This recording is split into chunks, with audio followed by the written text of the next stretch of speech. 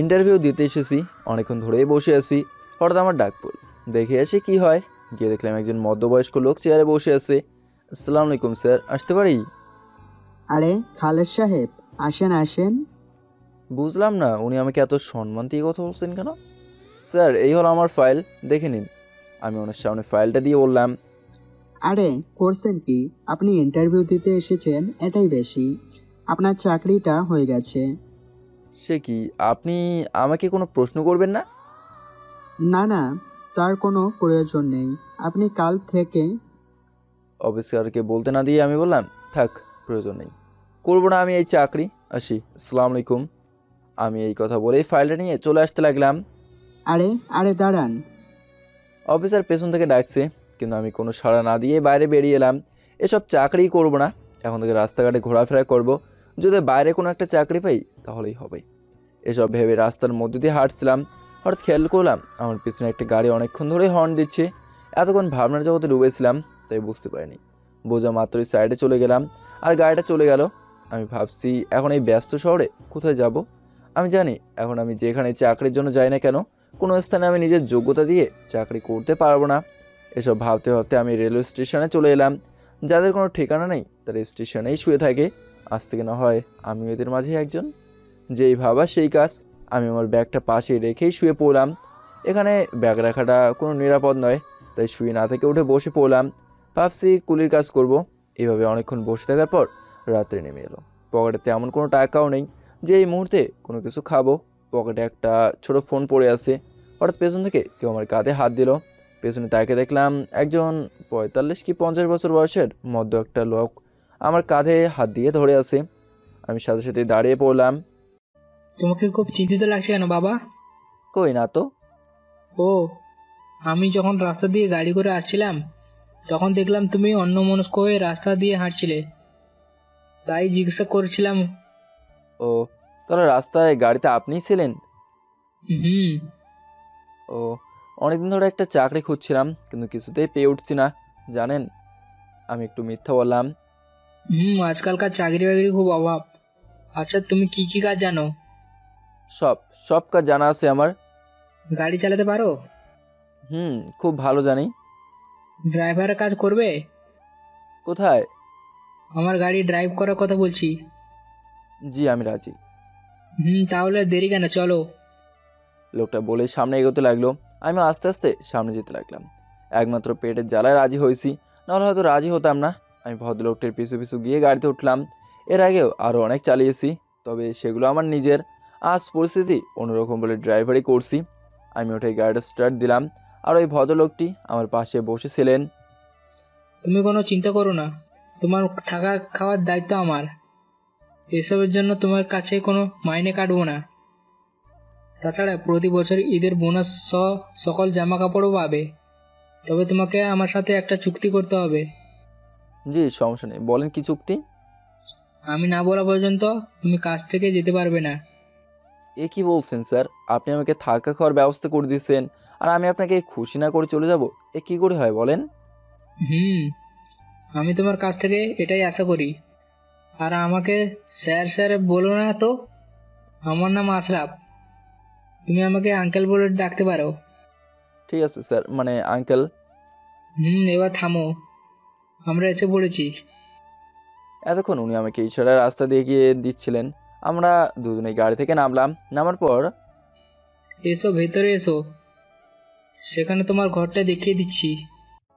হুম তারপর আমি আমার ব্যাগ নিয়ে ভেতরে যাচ্ছিলাম। বাড়ি থেকে বাড়িটাকে রাজপ্রাসাদ বলেই মনে হচ্ছে। অনেক বড় এবং সুন্দর এই বাড়ি। চারিদিক দেখতে দেখতে আমি ঘরে প্রবেশ করলাম। বাড়ি থেকে ঘরটা যতটা ভেবেছিলাম, এসে দেখলাম তার থেকেও সুন্দর।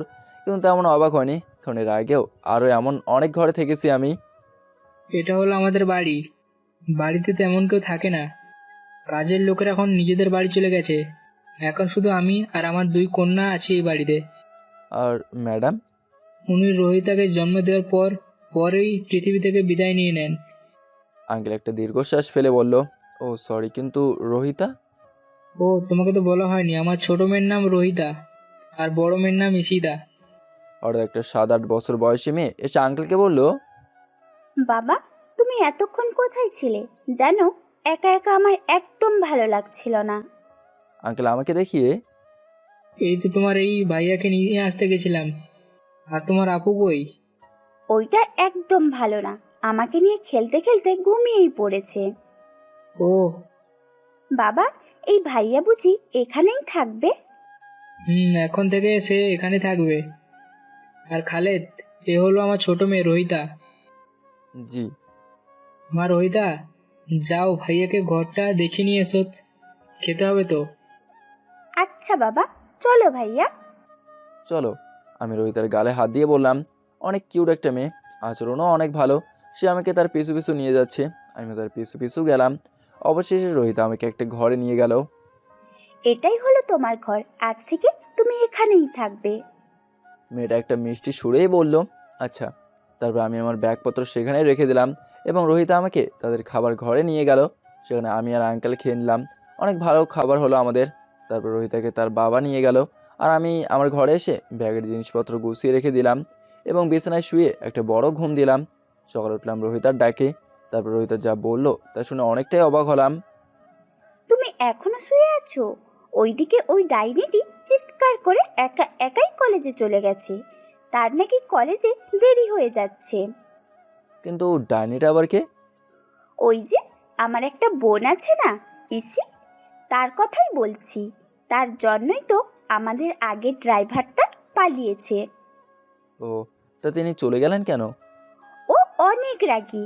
ও শুনেছে যে নতুন ড্রাইভার হয়েছে, কিন্তু সে এখনো ঘুম থেকে ওঠেইনি, তাই কিছুক্ষণ বকবক করে চলে গেছে। ও, তা তুমি আমাকে ডাকলেই পারতে। ডাকবো কি করে? আমি নিজেই তো এইমাত্র ঘুম থেকে উঠলাম। এখন বাবা আমাকে পাঠিয়েছে আমি যেন তোমাকে ডেকে নিয়ে যাই। তাড়াতাড়ি ফ্রেশ হয়ে এসো, আমি তোমাকে নিয়ে যাই, খেতে হবে তো। ও, তাহলে চলো। তারপর আমি ফ্রেশ হয়ে রোহিতের সাথে বাইরে চলে এলাম। এসে দেখলাম আঙ্কেল খাবার টেবিলে বসে আছে। আমি গিয়ে সেখানে দাঁড়িয়ে রইলাম। তারপর রোহিতা আমাকে টেনে একটা চেয়ারে বসিয়ে দিয়েছে। আমি সেখানেই বসে রইলাম। বসে আছো কেন? খাওয়া শুরু করো। আঙ্কেল, বড় মেম সাহেব নাস্তা করে গেছেন? তার কথা চিন্তা করতে হবে না। তার কথা চিন্তা করে তোমার লাভ নেই। তোমাকে কিছু কথা বলে রাখি, আমার মেয়েটা এমনিতেই বদমেজাজি। তার সাথে সাবধানে কথাবার্তা বলো, আর তার কোনো কথায় মন খারাপ করো না। আর তুমি নিজেকে শুধু ড্রাইভার মনে করো না, তুমি ঈশিতাকে রক্ষা করার দায়িত্ব নিতে পারো। এতে তোমার টাকা দ্বিগুণ করে দেওয়া হবে। সমস্যা নেই আঙ্কেল, আমি এসব সামলে নিতে পারবো। আপনি এসব নিয়ে একদম চিন্তা করবেন না। সে ভরসা আমি তোমার উপর রাখি। জি। এখন খেয়ে নাও, তারপরে ঈশিতাকে নিয়ে আসতে যেতে হবে। জি আঙ্কেল। তারপর আমি খেয়ে নিলাম। এখন আমি শুধু ড্রাইভারই নয়, আমি একজন বডিগার্ড। ভাবতেই অবাক লাগছে, দুনিয়ার কি অপরূপ পরিবর্তন। আগে আমার কাছে 4-5টা বডিগার্ড সবসময় থাকতো, আর এখন আমি নিজেই অন্যের বডিগার্ড। আমি বডিগার্ড হওয়ার রাজি হতাম না, শুধু টাকার কথা শুনে রাজি হলাম। আমার টাকার দরকার, প্রচুর টাকার দরকার। নিজে কাজ করতে চাই নিজের যোগ্যতায়। চলো, ঘরে যাবে না? ও, চলো। তারপর আমি আর রোহিতা চলে এলাম আমার রুমে।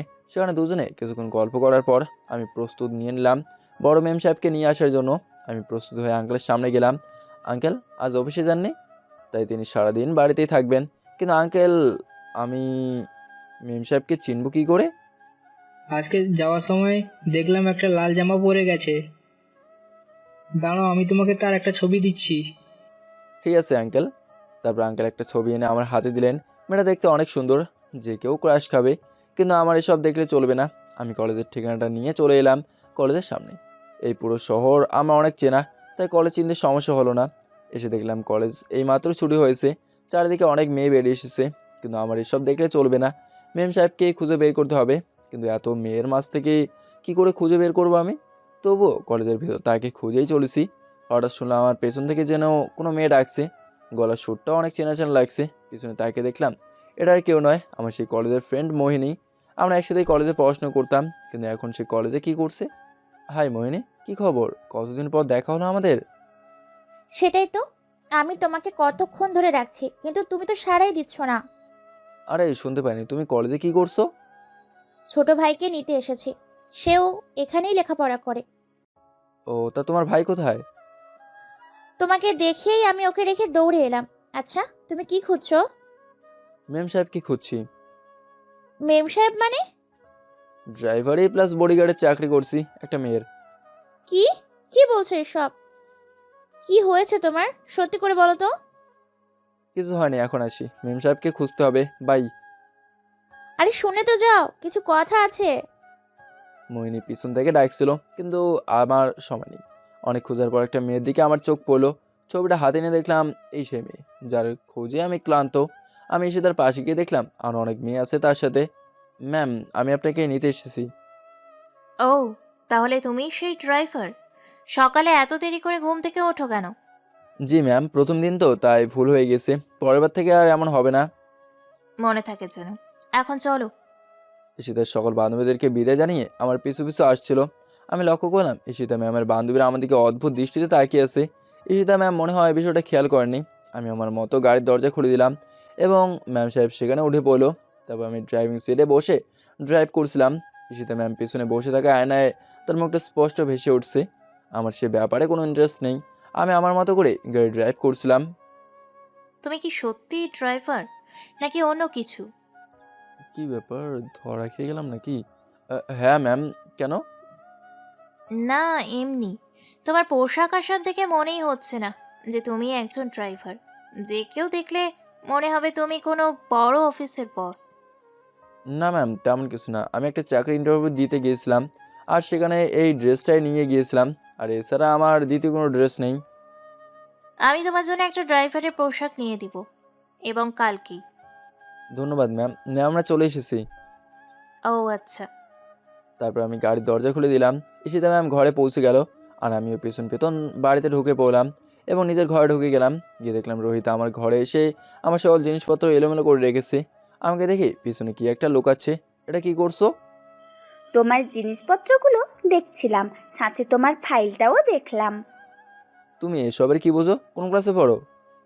তৃতীয় শ্রেণীতে। আমার ফাইল পড়ে কি বুঝলে? আর তোমার হাতে ওইটা কি? ফাইল পড়ে কিছুই বুঝতে পারিনি, শুধু ওপর থেকে সুন্দর লাগছিল, তাই ভাবলাম ভিতর থেকে সুন্দর সুন্দর জিনিসগুলো কেটে নিয়ে যাই। তাই তো হাতে কাঁচি নিয়ে দাঁড়িয়েছিলাম, কিন্তু তুমি এসে যাওয়ায় কারণে কিছুই করতে পারিনি। মাথা ঠিক আছে তো তোমার? এগুলো সব অনেক প্রয়োজনীয়। এই কাজটা তুমি ভুলেও করো না, তাহলে আমার অনেক ক্ষতি হয়ে যাবে, বুঝতে পেরেছো? তুমি এখন না এলে তো আমি সব কেটে ফেলতাম। হুম। আচ্ছা, আপুকে নিয়ে কখন এসেছো? এই তো এখনই। কেন? না, এমনি। ওই ডাইনির থেকে সব সময় দূরে দূরে থাকবে। মনে রেখো, আগের ড্রাইভার কিন্তু ওই ডাইনিটির কারণেই গেছে। আচ্ছা, তুমি তোমার আপুর উপর এত রেগে থাকো কেন? কই, আমার সাথে তো ভালো ব্যবহারই করেছো। প্রথম প্রথম তো যমরাজও ভালোভাবে কথা বলে, পরে কার কপালে কি লেখা থাকে সেটাই সে নিজেও জানে না। আরে বাস, তুমি তৃতীয় শ্রেণীতে পড়ে এত উদাহরণ কোথা থেকে শিখলে? আরে, এগুলো উদাহরণ নয়, সত্যি কথা। তুমি এখন বুঝবে না, পরে সময় হলে বুঝবে। আচ্ছা, তোমার কথা মানলাম, ওর থেকে দূরে দূরে থাকবো, কিন্তু এসব তুমি আমাকে বলছো কেন? তোমার সাথে থাকতে আমার খুব ভালো লাগে, যদি চলে যাও তাহলে আমার খুব খারাপ লাগবে। রোহিতা মন খারাপ করে বলল। আরে আরে, মন খারাপ করো কেন? আমি তো আর চলে যাচ্ছি না। রোহিতার দুই গাল টেনে বললাম। এবার চলো, খাবে না? চলো। তারপর আমি আর রোহিতা খাবার টেবিলের সামনে চলে এলাম। সেখানে কাজের বুয়ারা খাবার দিচ্ছে আর আঙ্কেল সেখানে বসে আছে। আমরা যেতেই আমাদের বসতে বললো, আমরাও বসলাম। কিন্তু ঈশিতা ম্যাম এখনও আসেননি। আমি খেয়ে একা একাই চলে এলাম। পেছন পেছন রোহিতাও এলো। রোহিতা, তোমার আপু খেতে আসলো না কেন? সে সব সময় তার ঘরেই খায়, আমি আর বাবা একসাথে খাই। আর এখনো তো তুমিও আমাদের সাথে যুক্ত হয়েছো। কি অদ্ভুত। অনেক মানুষ আছে যারা বাবা মায়ের সাথে একসাথে বসে খেতে চায়, কিন্তু তাদের ভাগ্যে এটা লেখা থাকে না। আর তোমার আপু এত বড় একটা বাড়ির মেয়ে হয়েও একা একা খেতে ভালোবাসে। সবাই তো আর তোমার মতো ভালো মনের মানুষ না। হয়তো রোহিতা ভুল বলছে, কারণ আমি যদি ভালো মনের মানুষ হতাম তাহলে আর বাবা মা এবং শহরের সবচেয়ে ধনী বাবার সন্তান হওয়া সত্ত্বেও অন্যের গাড়ির ড্রাইভার হয়ে থাকতাম না। কি হলো, কি ভাবছো? হুম হুম। রোহিতা আমার ভাবনার ছেদ করলো। কিছু না, ভাবছি তোমার বাবা এত ভালো মানুষ যে কিনা একটা অনাথ ছেলেকে নিজের বাড়িতে একটা চাকরি দিয়ে আশ্রয় দিয়েছে। তোমাকে দেখলেই মনে হয় না যে তুমি কোনো সাধারণ ঘরের ছেলে। তোমার চলাফেরা, কথা বলা এবং নিজের ভাবভঙ্গি দেখলে মনে হয় তুমি কোনো বড়লোক বাবার একমাত্র ছেলে। কি অদ্ভুত একটা মেয়ে, মানুষের ভাগভঙ্গি দেখে তার পরিচয় বলে দেয়, কিন্তু তাকে এখন এসব কিছু বলা যাবে না। আরে আমাকে নিয়ে এত ভাবতে হবে না। তোমাকে বড় ম্যাম সব ডাকছেন, কাল নাকি রাত্রে কোথায় পার্টি আছে? একজন কাজের লোক এসে বলল, তুমি যাও, আমি আসছি। আমি কথাটা বলার পরেই লোকটা চলে গেল। যাও, না হলে আবার কীর্তি শুরু হয়ে যাবে। বাই। আমি বাইরে বেরিয়ে গাড়িতে বসে রইলাম। কিছুক্ষণ পর দেখলাম ঈশিতা ম্যাম বেরিয়ে আসছে, একটু সেজে এসেছে। এখন তাকে অসম্ভব সুন্দর লাগছে, কিন্তু এই মুহূর্তে আমি যে অবস্থায় আছি তা দিয়ে এসব নজরে না দেওয়াই ভালো। আমি গাড়ি থেকে নেমে ম্যামের জন্য দরজাটা খুলে দিলাম। সেখানে ম্যাম বসার পরে আমি দরজাটা বন্ধ করে সামনে এসে বসে পড়লাম। ম্যাম, কোন দিকে যাব? আমি ম্যামের উদ্দেশ্যে বললাম। ম্যাম একটা ঠিকানা দিল। আমি আর কিছু জিজ্ঞেস করিনি, কী কারণে যাচ্ছে, কোন দিকে, সেই ঠিকানা হিসাব কিছুই জিজ্ঞেস করিনি, কারণ আমি এই শহরের প্রত্যেকটা অলি গলি আমার চেনা। এসব আমার জন্য কিছুই না। কিছুক্ষণ পর ম্যাম বলল, কি হলো? তুমি কি এখানে সব কিছু চিনো না কি? যেখানে ঠিকানা বলছি সেখানেই চলে যাচ্ছ? ম্যাম এই শহরের প্রত্যেকটা স্থান আমার হাতের মুঠোয়, কারণ আমি এর আগেও এখানে ড্রাইভারের কাজ করছি। তোমাকে দেখে মনে হচ্ছে না যে তুমি একজন ড্রাইভার। ম্যাম সবাই এটা বলে, আপনার দেওয়া ঠিকানাটা চলে এসেছি। হুম। আমি গাড়ি থেকে নেমে এসে ম্যামের দরজাটা খুলে দিলাম এবং ম্যাম সেখানেই নেমে গেলেন। তুমি এখানেই দাঁড়াও, ভুল করেও ভিতরে এসো না। কিন্তু ম্যাম এখন তো সন্ধ্যা হয়ে গেছে, কতক্ষণ লাগবে আসতে? যতক্ষণ লাগুক সেটা তোমার না জানলেও চলবে, যা বলছি তাই করো। কিন্তু ম্যাম আমাকে তো আপনার সাথে যেতে হবে। এই সন্ধ্যাবেলায় আমি আপনাকে একা ছাড়তে পারি না, কারণ আমি আপনার বাগেটার বলতে দিল না। নিজের লিমিট ক্রস করো না। এখানের বস তুমি নও, আমি। আর বসের কথা সব সময় মেনে চলবে, না হলে ভালো হবে না। যত সব। ঈশিতা ম্যাম বলেই ক্লাবের ভেতরে চলে গেলেন। কিন্তু ম্যাম আমাকে আর বলতে দিল না, তার আগে চলে গেল। কিন্তু আমার এখানে বসে থাকলে চলবে না। আমি স্পষ্টভাবে জানি এই ক্লাবটা মোটেও ভালো নয়, কিন্তু এখন যদি আমি ভেতরে যাই তাহলে ভেতরের সকলে আমাকে চিনে ফেলবে। আর তারা যদি ঈশিতা ম্যামকে আমার পরিচয় বলে দেয় তাহলে তো আমার মহাবিপদ। আর সবচেয়ে বড় সমস্যা হলো সেখানে গেলে এই ঈশিতা ম্যাম অনেক রেগে যাবেন, আর সেটা আমার পক্ষে ভালো হবে না। তাছাড়া ভেতরে যারা যারা আছে তাদের নাম্বারও আমার কাছে নেই, কারণ আমি আমার সকল সিম খুলে ফেলে নতুন সিম নিয়েছি। এখন আমি কি করব? না পারছি যেতে, না পারছি এখানে থাকতে। কারণ আমি যদি এখানে থাকি তাহলে ভেতর থেকে যারা আসবে তারা আমাকে চিনে ফেলবে, তারপর সেই খবর বাবার এখানেও চলে যাবে। না, এটা হতে দিলে চলবে না। আমাকে একটু লুকিয়ে থাকতে হবে। আমি গাড়িটা পার্কিং করে ভেতরে বসে রইলাম। রাত 10টা বাজতে চললো, কিন্তু ম্যামের দেখা নেই। ভেতরে কি কোনো ঝামেলা হয়েছে নাকি? আরও কিছুক্ষণ অপেক্ষা করার পর দেখলাম ঈশিতা ম্যাম বেরিয়ে এলেন। দেখে মনে হচ্ছে অনেকটা রেগে আছেন, কিন্তু কেন, কেউ এসো নাকি? আমি ওনার বডিগার্ড, আমাকে তো সব জানতেই হবে। ম্যামের জন্য গাড়ির দরজাটা খুলে দিলাম। ম্যাম কিছু হয়েছে? কোনো সাড়া নেই, চুপচাপ গাড়িতে বসে পড়লেন। আমি আর কিছু জিজ্ঞেস করিনি। দেখেই বোঝা যাচ্ছে যে ভেতরে কিছু হয়েছে, যার কারণে ম্যামের রাগ মাত্রা ছাড়িয়ে গেছে। বেশি রেগে গেলে কি নাকি বলে তার কোনো ঠিক নেই। আমি সামনে বসে গাড়িকে স্টার্ট দিলাম, তারপর সোজা বাড়ি চলে এলাম। ম্যাম কোনো কথা বলেননি, সোজা ঘরে চলে গেলেন। আমি তার পিছু পিছু গেলাম। বাড়ির ভিতরে কাউকেই দেখলাম না। রোহিত আর আঙ্কেল মনে হয় নিজের ঘরেই আছেন। আমি আমার ঘরে কিছুক্ষণ পর বসেও এলাম আর ভাবতে লাগলাম সেখানে কী এমন হয়েছে। এই খবর যদি আঙ্কেল জানতে পারে তাহলে আমি কি জবাব দেবো? না, আমি আবার সেখানে যাব। তাই আমি ঘর থেকে বেরিয়ে গেলাম। তারপর ভাবলাম এখন আমি নিজের কাজে যাচ্ছি, মালিকের গাড়ি নিয়ে যাওয়া ঠিক হবে না। তাছাড়া এত রাতে কোনো গাড়িও পাওয়া যাবে না। বুঝতে পেরেছি আজ আমাকে আমার পরিচয় প্রকাশ করতে হবে। তাই আমি বড় রাস্তার পাশে দাঁড়িয়ে রইলাম, যে রাস্তা দিয়ে ড্রাগস, হিরোইন, ইয়াবা পাচার হয়।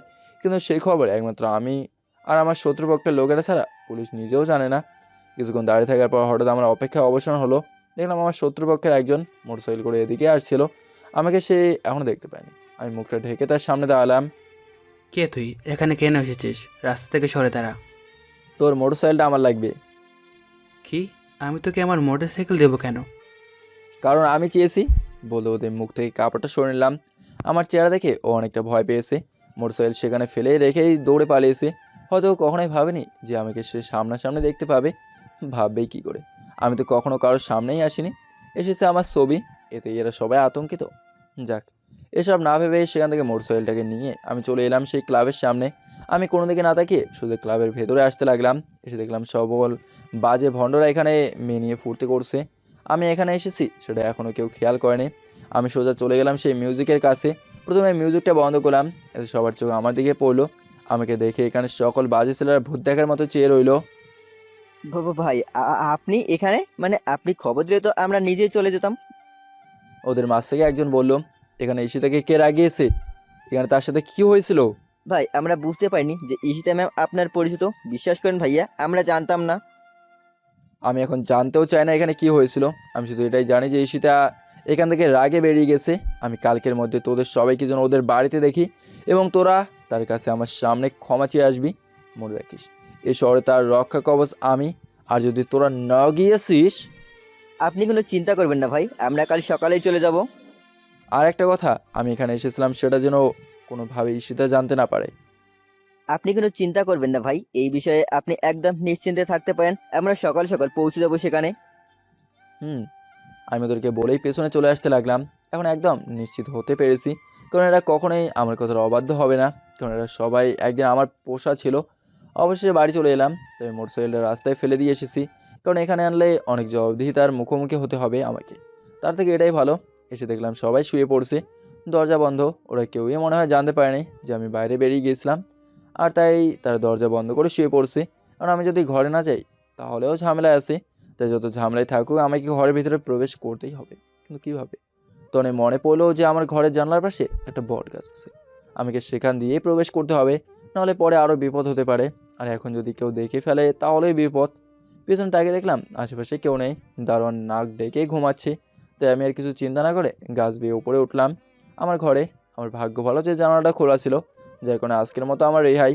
আমি দরজাটা বন্ধ করে এসে শুয়ে পড়লাম। সকালে শুনলাম বাইরে কেউ আমার নাম ধরে ডাকছে। ভালো করে লক্ষ্য করে দেখলাম এটা রোহিতা। আমার মনেই ছিল না যে এই বাড়ির কেউ নিজের দরজা বন্ধ করে ঘুমান না। আর দেরি না করে দৌড়ে এসে দরজাটা খুলে দিলাম, রোহিতাকে ঘরে নিয়ে এলাম। কাল রাতে কোথায় ছিলা? কোথায় আবার? নিজের ঘরে। কেন? মিথ্যে বললে কিন্তু আমি আব্বুকে বলে দিব যে কালকে রাতে তুমি বাসার বাইরে ছিলা। কই বাইরে ছিলাম? আমি তো মাঝরাতে বাসায় চলে এসেছিলাম। এইবার পথে এসো। মাঝরাত পর্যন্ত কোথায় ছিলা ভাইয়া? এই তো একা একা ভালো লাগছিল না, তাই বাইরে ঘুরতে গিয়েছিলাম। কিন্তু দরজা তো বন্ধ ছিল, তুমি ভেতরে ঢুকলে কেমনে করে? সেটা না হয় পরে বলি, এখন বলো এসব তুমি জানলে কি করে? রাতে আপু বাসায় আসার পর আমি তোমার ঘরে গিয়েছিলাম, কিন্তু তোমাকে পাইনি আর কাউকে বলিও নি। এটা একটা বুদ্ধিমানের কাজ করেছো। আচ্ছা, তোমার আপু কোথায়? নিজের ঘরেই রেডি হচ্ছে, কলেজে যাবে বলে। আচ্ছা আপু এত রেগে আছে কেন বলো তো? জানি না, তবে কিছুক্ষণ পর মনে হয় ভালো হয়ে যাবে। এত নিশ্চিত কি করে হচ্ছ তুমি? আপুর সাথে সাবধানে কথাবার্তা বলো, এমনিতে রাগের পরিমাণ অনেক বেড়ে গিয়েছে। সে নিয়ে তুমি চিন্তা করো না, অতি তাড়াতাড়ি এর ব্যবস্থা করে ফেলবো। তুমি এখন যাও, আমাকে রেডি হতে হবে, নাহলে মেম সাহেব দেরি হয়ে যাবে। তারপর রোহিতা চলে গেল। আমি ফ্রেশ হয়ে নিলাম, অমনি ম্যামের ডাক পেলো, তাই বেরিয়ে গেলাম। প্রয়োজন হলে বাইরে খেয়ে নেবো। আমি ম্যামের সাথে তেমন কোনো কথা বলিনি, ম্যামকে গাড়িতে করে নিয়ে যাচ্ছিলাম। কিন্তু চিন্তার বিষয় হলো ওরা এখনও আসেনি কেন? ওদের তো এতক্ষণে চলে আসার কথা। তাছাড়া ম্যাম এখনও রেগে আছে। আমি নিশ্চিত সেখানে যা হয়েছিল তা কোনো রকম ভালো ছিল না। ম্যাম একটা কথা বলবো? ম্যাম, গতকাল রাত্রে আপনি এমন রাগ করে বেরিয়ে এসেছিলেন কেন? কি হয়েছিল সেখানে? কিছু হয়নি। প্লিজ ম্যাম, দয়া করে বলেন। বললাম তো কিছু হয়নি। এক কথা কতবার বলো? আর একটাও কথা না বলে চুপচাপ গাড়ি চালিয়ে যা। ফালতু মেজাজ গরম করে সব সময়। উনি এই কথা বলার সাথে সাথে গাড়িটা ব্রেক মারলাম। কি হলো? গাড়ি থামালি কেন? ম্যাম, সামনে কার যেন গাড়ির সামনে দাঁড়িয়ে আছে। কালকে সেই ক্লাবের ছেলেগুলো এসে গিয়েছে। ম্যাম গাড়ি থেকে নেমে গিয়ে ওদের মাঝে লিটারে গেলে একটা থাপ্পড় মারলো। সেই ছেলেটা আমাদেরকে তাকিয়ে আছে। আমি সেটা বললাম ক্ষমা চেয়ে নিতে। তোদের লজ্জা করে না? কাল আমার সাথে এত খারাপ বিহেভ করেও আজ আবার আমার পথ আটকে দাঁড়িয়েছিস। আসলে ম্যাম আমরা বুঝতে পারিনি যে আপনি, না মানে আমরা কালকের জন্য দুঃখিত। ওরা আমার কথা বলে দিতে চেয়েছিল, কিন্তু আমি সেটা করায় আর বলেনি। ছি, তোদেরকে বন্ধু ভাবতেও আমার খারাপ লাগছে। ঈশিতা বলেই গাড়িতে এসে বসে পড়লো। ম্যাম, এখন কোথায় যাব? কলেজে। জি ম্যাম। বাবা, এখনও তো কেমনই। ওরা ক্ষমা চাইলো তবুও তেজ ওই রকমই। আমি এসবে কিছু না ভেবে গাড়ি চালাতে শুরু করলাম। অবশেষে চলে এলাম কলেজে। তুমি এখানেই দাঁড়িয়ে থাকো, আমি 1 ঘন্টা ক্লাস করে আবার এখানেই চলে আসবো। ম্যাম আবার তুমি করে বলছে। আচ্ছা ম্যাম। ম্যাম চলে গেল। অনেকক্ষণ ধরে গাড়ির ভেতরেই বসে রইলাম, বাইরে বেরোনোর চেষ্টাও করিনি। প্রায় 2 ঘন্টা হয়ে গেল, অনেক ছাত্র বেরিয়ে গেছে, কিন্তু ম্যাম এখনও আসেনি। ভিতরে কোনো বিপদ হয়নি তো? আমি মুখে একটা কাপড় দিয়ে ঢেকে কলেজে প্রবেশ করলাম। প্রত্যেকটা ক্লাস তন্ন তন্ন করে খুঁজলাম, কিন্তু ম্যামকে পাইনি। তাই কলেজের ছাদে চলে এলাম। এসে দেখলাম এখানে অনেক সুন্দর করে সাজানো হয়েছে। দেখে বোঝা যাচ্ছে এটা কারো বার্থডে পার্টি। দূরে ঈশিতা ম্যামকে দেখা যাচ্ছে। আশেপাশে তাকিয়ে আমি আরও অবাক হলাম, কারণ এখানে একটা ছেলে দাঁড়িয়ে আছে, আর সে হলো এই শহরের সবচেয়ে খারাপ কাজ করে এমন একজন মানুষের সন্তান। এর আগে ওর সাথে আমার অনেক লড়াই হয়েছে। আমি মুখ ঢাকা অবস্থায় ম্যামের সাথে কথা বলতে চলে গেলাম। ম্যাম আমাকে দেখেই চিনতে না পেরে মুখের কাপড় সরিয়ে দিল। আমি এখন সবার সামনে, কিন্তু মুখ ঢাকা নয়। যদি কেউ আমাকে চিনে নেয় তাহলে যত সমস্যা শুরু হবে। তাই আমি ম্যামের হাত ধরে টেনে গাড়ির সামনে নিয়ে এলাম। ঠাস ঠাস। বুঝলাম না কেন আমাকে থাপ্পড় মারলো। আমি ওকে এখানে নিয়ে এলাম এজন্যই নাকি আর কিছু? আমি চুপ। তোর সাহস হয় কি করে আমাকে আমার বয়ফ্রেন্ডের সামনে থেকে এভাবে হাত ধরে নিয়ে আসার? আজ আমার বয়ফ্রেন্ডের বার্থডে, আর তুই আজকের দিনেই আমার এত বড় ক্ষতি করে দিলি। উফ, কি জানি সে হবে এখন কি মনে করে। আসলে আমি বুঝতে পারিনি ম্যাম যে এমন একটা কিছু হয়ে যাবে। কিন্তু ম্যাম ওই শেফ ছেলেটা তো ভালো না। আমি ভালো করেই জানি কে ভালো আর কে খারাপ। আমার বিষয় নিয়ে ভাবার অধিকার তোকে কে দিয়েছে? আপনার বাবা আমাকে শুধু ড্রাইভার নয়, বডিগার্ডের চাকরিটাও দিয়েছে। সেটা আমার বাবার সমস্যা। তুই 2 টাকার জন্য আমার বডিগার্ডের চাকরিও নিয়ে নিলি। আচ্ছা, তোকে আমি বাবার চেয়ে বেশি টাকা দিব, তবুও তুই নিজের বডিগার্ডের চাকরিটা ছেড়ে দে। সরি ম্যাম, এটা আমার পক্ষে সম্ভব নয়, কারণ আমি আপনার বাবাকে কথা দিয়েছি আপনি আপনার আবার বার্থডে পার্টিতে ফিরে যান। আপনি না আসা পর্যন্ত আমি অপেক্ষা করব। সেটা তুই না বললেও আমি যাব। যত সব। আসলে আমি নেক্সট থেকে এই কাজটা করতে চাইনি। ম্যামের সাথে ওই খারাপ ছেলেদের দেখে ম্যামকে ওইখান থেকে নিয়ে এসেছিলাম, কিন্তু এখানে হিতের বিপরীত হলো। আমি গাড়ির ভেতরে প্রবেশ করে একা একা বসে রইলাম আর ভাবতে লাগলাম কিছুক্ষণ আগের কথা। সেখানে সেই খারাপ ছেলেগুলো আমার পরিচিত। ওরা যদি ঈশিতাকে সব বলে দেয় তাহলে আমি কি করব? আর এমনিতে ঈশিতার যা দেমাগ, টাকার গরমে সে অন্ধ হয়ে আছে। টাকার গরম দেখায়। সে যখন কথাগুলো বলছিল তখন ইচ্ছা হচ্ছিল তার বাবার সকল সম্পত্তি এখনই কিনে নিয়ে পথে বসিয়ে দেই, কিন্তু এই কাজটা করতে হলে আমাকে প্রথমে বাবার সাহায্য নিতে হবে, যেটা আমার একদম পছন্দ না। কিছু করার নেই, অপেক্ষা করতেই হবে, কারণ আমি আমার জেদ রক্ষা করার জন্য সব কিছু করতে পারি। অনেকক্ষণ অপেক্ষা করলাম, প্রায় সন্ধ্যা হয়ে এলো। এর মাঝে আমি কিছু খেয়ে নিলাম। এখন আমি এক জায়গায় বসে আছি, হঠাৎ কিছু মানুষের পায়ের আওয়াজ পেলাম। মনে হয় তারা বেরিয়ে আসছে। আমি তাড়াতাড়ি করে মুখে কাপড় দিয়ে ঢেকে নিলাম। এখন আমার সবার সামনে আসা একদম ঠিক হবে না। ওরা আমার পাশে এসে একজন আরেকজনকে বাই বলে এক একজন এক এক দিকে চলে গেল। এসে তো আমার পেছনে ওঠো। আমি এই গাড়ি স্টার্ট দিয়ে সামনে এগোতে লাগলাম। আজকে আর প্রতিদিনের মতো এক রাস্তা দিয়ে যাব না, আমাকে একটা নতুন রাস্তা দিয়ে নিয়ে চল। কিন্তু ম্যাম আপনাদের বাসে যাওয়ার রাস্তা দুটোই কিন্তু সেই 2 নম্বর রাস্তাটা বিপজ্জনক হতে পারে। তা বাবা তোকে রেখেছে কি করতে? আমার বয়ফ্রেন্ডের সামনে থেকে আমাকে নিয়ে আসতে পারিস, অথচ অন্যের কাছ থেকে উদ্ধার করতে পারবি না? আমার ভাগ্য ভালো যে শিহাব সেই মুহূর্তে অন্য দিকে তাকিয়েছিল, না হলে আজ তাকে সামলানো যেত না। ঠিক আছে ম্যাম, আমি আপনাকে সে রাস্তা দিয়ে নিয়ে যাচ্ছি। হুম। আমি এমনি এমনি তাকে না করিনি, কারণ না করার কারণ হলো সেখান থেকে যাওয়ার সময় গাড়ি সার্চ করা হয়, আর সেখানে সার্চের জন্য যাদের রাখা হয়েছে তারা আমাকে খুব ভালো করেই চেনে। কিন্তু ঈশিতা এক মুহূর্তে আমার মালিক, সে যা বলবে এখন আমাকে তাই করতে হবে। তাছাড়া সেখান দিয়ে আর কোনো বিপদ নেই। ওকে শুধু একটু মিথ্যা বলেছি, কারণ এই কারণে হয়তো সে রাস্তা দিয়ে যেতে না করতো, কিন্তু সে তার জেদ ঠিকই টিকিয়ে রেখেছে। এছাড়া আর তৃতীয় কোনো রাস্তা নেই যে তাকে সেদিক দিয়ে নিয়ে যাব। আমি আমার মুখ থেকে কাপড় সরে নিলাম। ঈশিতা মনে হয় এতক্ষণ খেয়াল করেনি যে আমার মুখে একটা কাপড় ছিল। থাক, খেয়াল না করাই ভালো। এই গাড়ি থামাও থামাও। সার্চম্যান বাঁশি বাজিয়ে আমাদের দাঁড় করালো। আমি কিছু না বলে গাড়ি দাঁড় করে গ্লাসটা নিচে নামালাম। সরি স্যার, বুঝতে পারিনি, আপনি আসতে পারেন। আমি সেখান থেকে চলে এলাম। ঈশিতা অবাক হয়ে আমার দিকে তাকিয়ে আছে। সার্চম্যান আমাকে স্যার বলার কারণে ঈশিতা অনেক অবাক। কি হলো? সার্চম্যান তোকে স্যার বললো কেন? সেটা আমি কি করে বলবো? যদি রাস্তায় আমাকে কেউ স্যার বলে তাহলে সেখানে আমি দায়ী হব কেন? না, এটা কিছুতেই হতে পারে না। নিশ্চয়ই কোনো ঝামেলা আছে। সার্চম্যান তো আর যাকে তাকে স্যার বলতে পারে না। আচ্ছা, লেখাপড়া কোন পর্যন্ত করেছিস? এই তো ক্লাস 8 পাস করেছিলাম। গরিবের আবার লেখাপড়া। সব বুঝে বলছিস তো? কেন? আমাকে বোকা পেয়েছিস? ক্লাস 8 পাস করেও কেউ ইন্টারভিউ দিতে যায়? ইস, ধরা খেয়ে গেলাম। আরে বুঝতে পারছেন না কেন? ক্লাস 8-এর সার্টিফিকেট নিয়ে ইন্টারভিউ দিতে গিয়েছিলাম, বলেই তো চাকরিটা হলো না। চুপ। আচ্ছা, ঈশিতা আরও বলতে চেয়েছিল, কিন্তু আমি বাধা দিলাম। ম্যাম, আমরা আমরা এসেছি। ও তারপর ঈশিতা গাড়ি থেকে নেমে চলে গেল, আমিও তার পিছু পিছু নেমে গেলাম। তারপর আমিও ঘরে চলে গেলাম। আমি ঘরে গিয়ে আঙ্কেল এইমাত্র অফিস থেকে এসেছে। আঙ্কেলের গাড়ির জন্য আলাদা একটা ড্রাইভার রাখা আছে, সে আঙ্কেলকে সবসময় ড্রপ করে দিয়ে আসে। আর সেই ড্রাইভার নিজের বাড়িতে থেকেই কাজ করে। আমরা নিজেরা নিজেদের রুমে ঢুকে গেলাম। কিছুক্ষণ পর রোহিতা এলো। আজকে এত দেরিতে আসলে কেন? কলেজে তো আরো অনেক আগেই ছুটি হয়ে গিয়েছে। আসবো কি করে, অনেকক্ষণ বসে থাকার পরে তোমার আপুর দেখা মিললো। আজকে তোমার দুলাভাইয়ের বার্থডে তো, তাই একটু দেরি হয়েছে। দুলা ভাইটা আবার কে? হুম। তোমার আপুর বয়ফ্রেন্ড। ও, আপুর বয়ফ্রেন্ড আছে? আগে তো জানতাম না। দাঁড়াও, আপুকে জিজ্ঞেস করে আসি। কি, তার মানে তুমি আগে জানতে না? কই না তো, দাঁড়াও, কথাটা আপুর মুখ থেকে শুনে আসি। রোহিতা দৌড়ে চলে গেল। ইস, রোহিতা যদি সেখানে আমার কথা বলে দেয়, তাহলে পুরো ঝামেলার হাট বসে যাবে। আমি আরও মনে করেছি যে ঈশিতা তার বোনকে সব আগে থেকেই বলে রেখেছে। কিছুক্ষণ বসে থাকার পর রোহিতা এসে গেল। আমি তাকে কিছু বলার আগে রোহিতা বলতে শুরু করলো, তোমাকে আপু ডাকছে, এক্ষুনি তার রুমে যেতে। তাহলে কি তুমি সব? আরে চলোই না। রোহিতা আমার হাত ধরে টানতে টানতে নিয়ে গেল।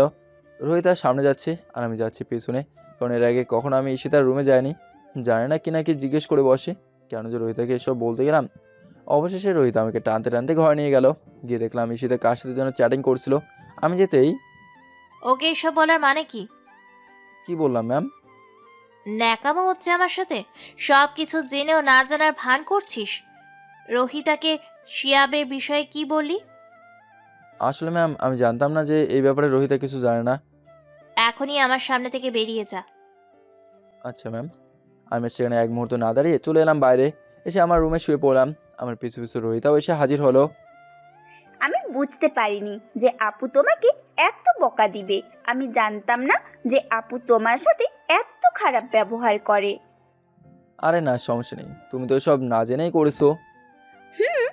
তুমি খুব ভালো, কারোর সাথে রাগ করো না, শুধু সবার সাথে ভালো ব্যবহার করো। কিন্তু আমার আপুটা অনেক খারাপ, কারোর সাথে ভালো ব্যবহারও করে না, সবাইকে নিচু চোখে দেখে। ম্যামের নামে বদনাম করছো, আমি যদি তোমার আপুকে এসব বলে দেই? আমি জানি তুমি কখনো বলবে না। এত বিশ্বাস? চলো আমরা খেয়ে আসি, বাবা মনে হয় এক্ষুনি খাবার জন্য ডাকবে। কিন্তু আমি তো ক্যাম্পাস থেকে খেয়ে এসেছি, তাহলে খাবো কি করে? এক কাজ করো, তুমি তোমার বাবার সাথে খেয়ে নাও। দূর, তুমি একটুও ভালো না, একা একা খেয়ে এসেছো, তোমার সাথে কথাই বলবো না এখন। আমি আরে, আমি কি আর বলতে না দিয়ে সে দৌড়ে চলে গেল। আমিও শুয়ে পড়লাম। ভালো লাগছিল না, অতীতের কথাগুলো খুব মনে পড়ছে। কোথায় শহরের সবচেয়ে আরামায় এসে থাকা ছেলেটা, আর কোথায় আমি। আমাদের চেহারার অনেক মিল, কিন্তু দুঃখের বিষয় হলো আমাদের চেহারার অনেক মিল, কেননা সেই ছেলেটাই আমি। এসব ভাবতে ভাবতে কখন যে ঘুমিয়ে পড়েছি তার কোনো ঠিক নেই। সকালে ঘুম ভাঙালো একা একা। আজ রোহিতাও ডাকলো না, হয়তো সে নিজেই এখনও ঘুমাচ্ছে। আমি ফ্রেশ হয়ে নিলাম। তারপর একজন বুয়া খাবার দিল যে আজকে থেকে নাকি কিছুদিনের জন্য ঈশিতার কলেজ বন্ধ, আর তাই আজ থেকে আমাকে রোহিতার দেখাশোনা করতে হবে। তারপর ওই বুয়া বললো আমাকে আঙ্কেল ডাকছেন। আমি স্যারের কাছে গেলাম, দেখলাম আঙ্কেল খাবার টেবিলে বসে আছে। আঙ্কেল, আপনি আমাকে ডেকেছিলেন? বসো। আঙ্কেল বলল। আমিও বসে পড়লাম। আমি বলছিলাম কি, আজ থেকে যেহেতু ঈশিতা মামুনির কলেজ বন্ধ, তাই ভাবছিলাম আজ থেকে কিছুদিনের জন্য তুমি রোহিতের সাথে থাকো। তেমন কিছু করতে হবে না, শুধু একবার দিয়ে আসা আর একবার নিয়ে আসা কাজটা করতে হবে। বাকি সময় ঈশিতার বডিগার্ড হয়ে থাকবে। ঠিক আছে আঙ্কেল। আমি জানি, আমি যাই বলি না কেন তুমি অমত করবে না। এবার খেয়ে নাও, রোহিতাকে স্কুলে পৌঁছে দিতে হবে তো। জি আঙ্কেল, কিন্তু রোহিতা কোথায়? সকাল থেকে তাকে দেখছি না যে। সে তার আপুর সাথে ঘুমিয়েছে, প্রতিদিন তার আপুই তাকে ডেকে তোলে, কিন্তু আজ ঈশিতার কলেজ বন্ধ, সে দেরিতে ঘুম থেকে উঠবে। আর আমিও রোহিতাকে ডেকে তোলার সময় পাইনি, তুমি একটু কষ্ট করে ডেকে দিও। আঙ্কেল, আমি এখনই ডেকে নিয়ে আসছি। আমি উঠে চলে আসতে লাগলাম। আরে খেয়ে যাও। আঙ্কেল আপনি খেয়ে নিন, আমি রোহিতের সাথে খেয়ে তাকে স্কুলে পৌঁছে দেবো। হুম। আমি ওপরে চলে এলাম। কালকে যেহেতু রোহিত আমাকে ঈশিতার ঘর দেখেছে, তাই ঘর চিনতে সমস্যা হচ্ছে না। আমি এসে দেখলাম ঈশিতার ঘরের দরজা খোলা। এমনিতেই তাদের ঘরের দরজা খোলা থাকে। রুমে এসে দেখলাম তারা দুই বোন একজন আরেকজনকে জোরে ধরে ঘুমিয়ে আছে। আমি তাদের সামনে গেলাম। রোহিতাকে ডাক দিলে ঈশিতা রেগে যাবে। এমনিতে রাগেই পুরো গোডাউন ওর ভিতরে, কিন্তু ঘুমন্ত অবস্থায় তাকে পুরো বিপরীত দেখা যায়। মায়াবী মুখ, এলোমেলো চুল, জানালার বাইরে থেকে একটু আলো এসে পড়ছে তার গালে। এমত অবস্থায় তাকে একদম পরীর মতো লাগছে। পার্থক্য শুধু এটাই, তার ডানা নেই। ইচ্ছে করছিল তার গালে গিয়ে একটা ছোট্ট করে চুমু দিয়ে আসি। হ্যালো, রোহিত অনেকক্ষণ ধরে ডাকছিল, কিন্তু আমার কানেই যায়নি। কি ও তুমি উঠেছো? তোমাকে ডাকতেই তো এখানে আসলাম। এখানে তুমি আমাকে ডাকছো নাকি আমি তোমাকে? সে একজন ডাকলেই হলো। তুমি আমাকে ডাকছো, না হয় আমি তোমাকে। এখন ওঠো তাড়াতাড়ি, উঠে ফ্রেশ হয়ে নাও। আজ আমি তোমার সাথে স্কুলে যাব। সত্যি? যতদিন তোমার আপুর কলেজ খোলা না হবে ততদিন আমি তোমাকে তোমার স্কুলে দিয়ে আসবো, আবার নিয়ে আসবো। ও, কি মজা! দাঁড়াও, আমি এক্ষুনি ফ্রেশ হয়ে আসছি। তাড়াতাড়ি চলে এসো, সময় কম। রোহিত হাসতে হাসতে চলে গেল। আমি সেখানে দাঁড়িয়ে থাকিনি। ঈশিতা আমাকে তার ঘরে দেখতে পেলে রাগে আগুন হয়ে যাবে, তাই এখন এখানে না থাকাই ভালো। তাই আমিও সেখান থেকে বেরিয়ে এলাম। নাস্তার টেবিলে একা একা বসে এলাম। কিছুক্ষণের মাঝে রোহিত চলে এলো। তাকে নিয়ে সকালে নাস্তা করে বেরিয়ে পড়লাম। তাকে নিয়ে একটা রিক্সায় উঠবো, কিন্তু আমার শরীরে এখন স্বাভাবিক পোশাক, এখনও ড্রাইভারের পোশাক কেনা হয়নি। আমার মুখ ঢাকতে হবে। আমি একটা কাপড় নিয়ে মুখটা ঢেকে ফেললাম। কি হলো? তুমি মুখ ঢাকলে কেন? হুম। কই কিছু না তো, রাস্তার ধুলো বলে আমার একদম অসহ্য লাগে, তাই মুখ ঢেকে নিলাম। ও, তাহলে চলো। তারপর একটা রিক্সা নিয়ে আমরা দুজনে উঠে পড়লাম। কিছুক্ষণের মধ্যে স্কুলে পৌঁছে গেলাম। রোহিতাকে তার ক্লাসরুমে পৌঁছে দিয়ে চলে এলাম প্রিন্সিপালের রুমে। আমার মুখের কাপড়টা সরিয়ে প্রিন্সিপালের সামনের চেয়ারটাতে গিয়ে বসলাম। আমাকে দেখে প্রিন্সিপাল সাহেব চিনতে না পেরে দাঁড়িয়ে গেলেন। কে আপনি? এভাবে অভদ্রের মতো বসে পড়লেন কেন? অভি রায়, গ্রুপ অফ ইন্ডাস্ট্রির মালিক অভি রায়। স্যার, আসলে আমি আপনাকে চিনতে পারিনি। একবার আপনার ছবি দেখেছিলাম, কিন্তু এখন কিছুক্ষণের জন্য আপনার মুখটা ভুলে গিয়েছিলাম। আমার মনে হচ্ছে আমি এই মুহূর্তে স্বপ্ন দেখছি। Sir, I am sorry. চেনার কথা নয়, এই এলাকায় আমাকে কেউই চিনতে পারবে না। স্যার, আমি কি আপনার কোনো উপকার আসতে পারি? এই স্কুলের 3য় শ্রেণীর ছাত্রী রোহিতা চৌধুরীকে সর্বদা চোখে চোখে রাখার দায়িত্ব আপনার। ঠিক আছে স্যার, আপনি কোনো চিন্তা করবেন না। এই স্কুলে রোহিতের কোনো সমস্যা হবে না। না, তাকে অন্য ছাত্রদের থেকে আলাদা করে দেখতে হবে না। আমি চাই স্কুলে থাকা অবস্থায় তার যেন কোনো বিপদ না হয়। আমি এখানে প্রতিদিন আসতে পারবো না। এ নিয়ে আপনি কোনো চিন্তা করবেন না। আচ্ছা, আপনাকে একটা কথা জিজ্ঞেস করব, যদি অনুমতি দেন তাহলে। হুম আপনি কি আশরাফ চৌধুরীর জামাই হন? না, মানে তার তো একটা সুযোগ্য মেয়ে আছে, তাই ভাবলাম। এ নিয়ে আপনার মাথাকে না ঘামালেও চলবে। আপনাকে যা বলেছি শুধু তাই করবেন। আর মনে রাখবেন, আমার পরিচয় এখানে আপনি ছাড়া কেউ যেন না জানতে পারে। ঠিক আছে। প্রিন্সিপাল কোনো প্রশ্ন না করে সোজা উত্তর দিয়ে দিল। তারপর আমি সেখান থেকে উঠে আবার মুখোশ পরে বাইরে বেরিয়ে এলাম। এখানে আমার অনেক সময় চলে গেছে। কিছুক্ষণের মধ্যে স্কুল ছুটির ঘন্টা বাজবে, তাই আমি সেখানে অপেক্ষা করতে লাগলাম। অনেকক্ষণ পর স্কুল ছুটি হয়ে গেল। তারপর রোহিতও বেরিয়ে এলো। আমি তাকে নিয়ে রিক্সায় করে বাসে চলে এলাম। এভাবেই কিছুদিন চলে গেল। এরই মধ্যে ঈশিতার কলেজের বন্ধ শেষ হয়ে গেল। চৌধুরী বাড়িতে এখন অনেক পরিবর্তন দেখা দিয়েছে। রোহিতা প্রতিদিন আমার সাথে ঘুমায়। ঈশিতা সবার সাথে একসাথে বসে 3 বেলা খাবার খায়। আর 10টা বাড়ির মতো এটাও এখন একটা আনন্দময় বাড়ি। শুধু একটা সমস্যা এখনও রয়ে গেছে, আর সেটা হলো ঈশিতার সেই খারাপ ব্যবহার। আমার মনে হয় এই খারাপ স্বভাব সেদিনই যাবে, যেদিন শিহাব তার আসল রূপ ঈশিতাকে দেখাবে। আর সেদিন বেশি দেরি নেই। প্রতিদিনের মতো আজকেও রোহিতা আমার সাথেই ঘুমিয়েছিল। চলো সেই সবার আগে ঘুম থেকে উঠে আমাকে ডেকে তুললো। তারপর সকলে মিলে ফ্রেশ হয়ে খাবার খেয়ে নিলাম। আমি ভালো করে জানি যে এই ব্যাপারটা ঈশিতা একদম পছন্দ করে না, তবু আঙ্কেলের সামনে কিছু বলে না।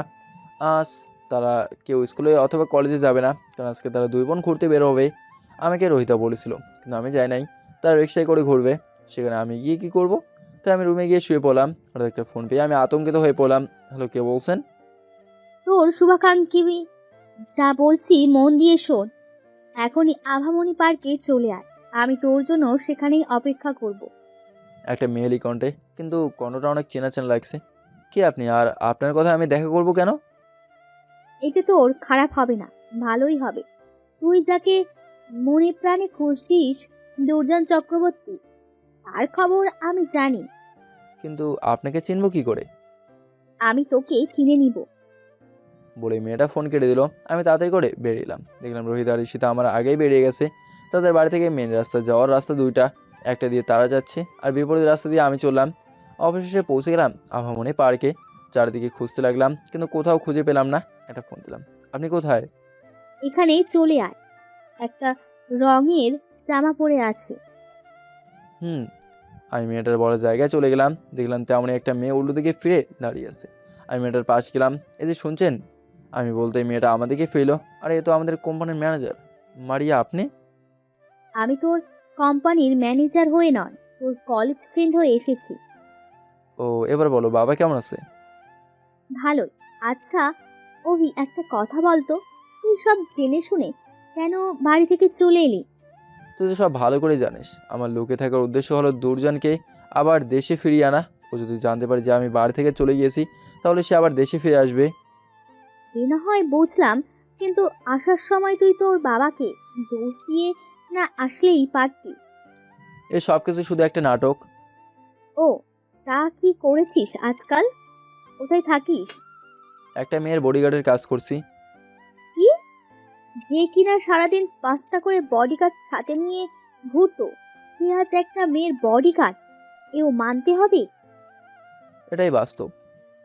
অভি, তোকে আমি আবারও বলছি, তুই সব ছেড়ে আমার বাসায় আয়, সেখানেই থাকবি। আমি তোর বন্ধু হয়ে বলছি। মানে আমার কাঁধে হাত দিয়ে বলল, না এসব কখনোই সম্ভব নয়। এখন বল দুর্জনের কি খবর? শত্রুর খবর নিচ্ছিস? তুই আমাকে তো এখনো জিজ্ঞেস করলি না যে আমি কেমন আছি। মারিয়া, তোকে আমি আগেও অনেকবার বলেছি এসব পাগলামো করিস না। আমার উদ্দেশ্য এখন একটাই, আর সে হলো দুর্জন। তাহলে শোন, দুর্জনের সামনের মাসে দেশে ফিরছে। আচ্ছা আসি। আমি সেখান থেকে চলে আসতে লাগলাম। বাহ, অভি রায় দেখছি এখন আর আগের অভি নেই। অভিরায় এখন খালুদ নামেই পরিচিত। একটু দাঁড়িয়ে বলে আবার সেখান থেকে চলে আসলাম। সেখান না থেকে চলে আসলাম বাসায়। এসে দেখলাম এখনও রোহিত আর ঈশিতা বাসায় আসেনি, আর আঙ্কেলও আসেনি। আমি আমার রুমে এসে শুয়ে রইলাম। কারণ আমাকে অনেক প্ল্যান করতে হবে, কারণ দুর্জন দেশে ঢোকা মাত্র তাকে আক্রমণ করতে হবে। এতদিনের প্রতিশোধ নেওয়ার সময় এসেছে। তার জন্য আমাকে 1 মাস অপেক্ষা করতে হবে। কিছুক্ষণ শুয়ে থাকার পর হঠাৎ একটা ফোন এলো। তাই দেখলাম এটা আর কেউ নয়, মারিয়া। আবার কেন ফোন দিয়েছিস? বাড়িতে পৌঁছে গিয়েছো?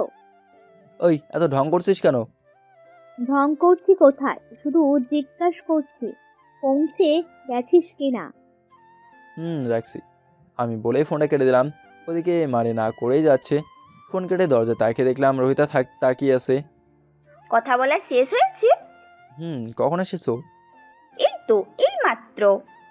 রোহিতা বলেই ঘরের ভেতরে প্রবেশ করছে। কোথায় কোথায় ঘুরেছো? অনেক জায়গায়, আভামনি পার্কেও গিয়েছিলাম। আভামনি পার্কে মানে?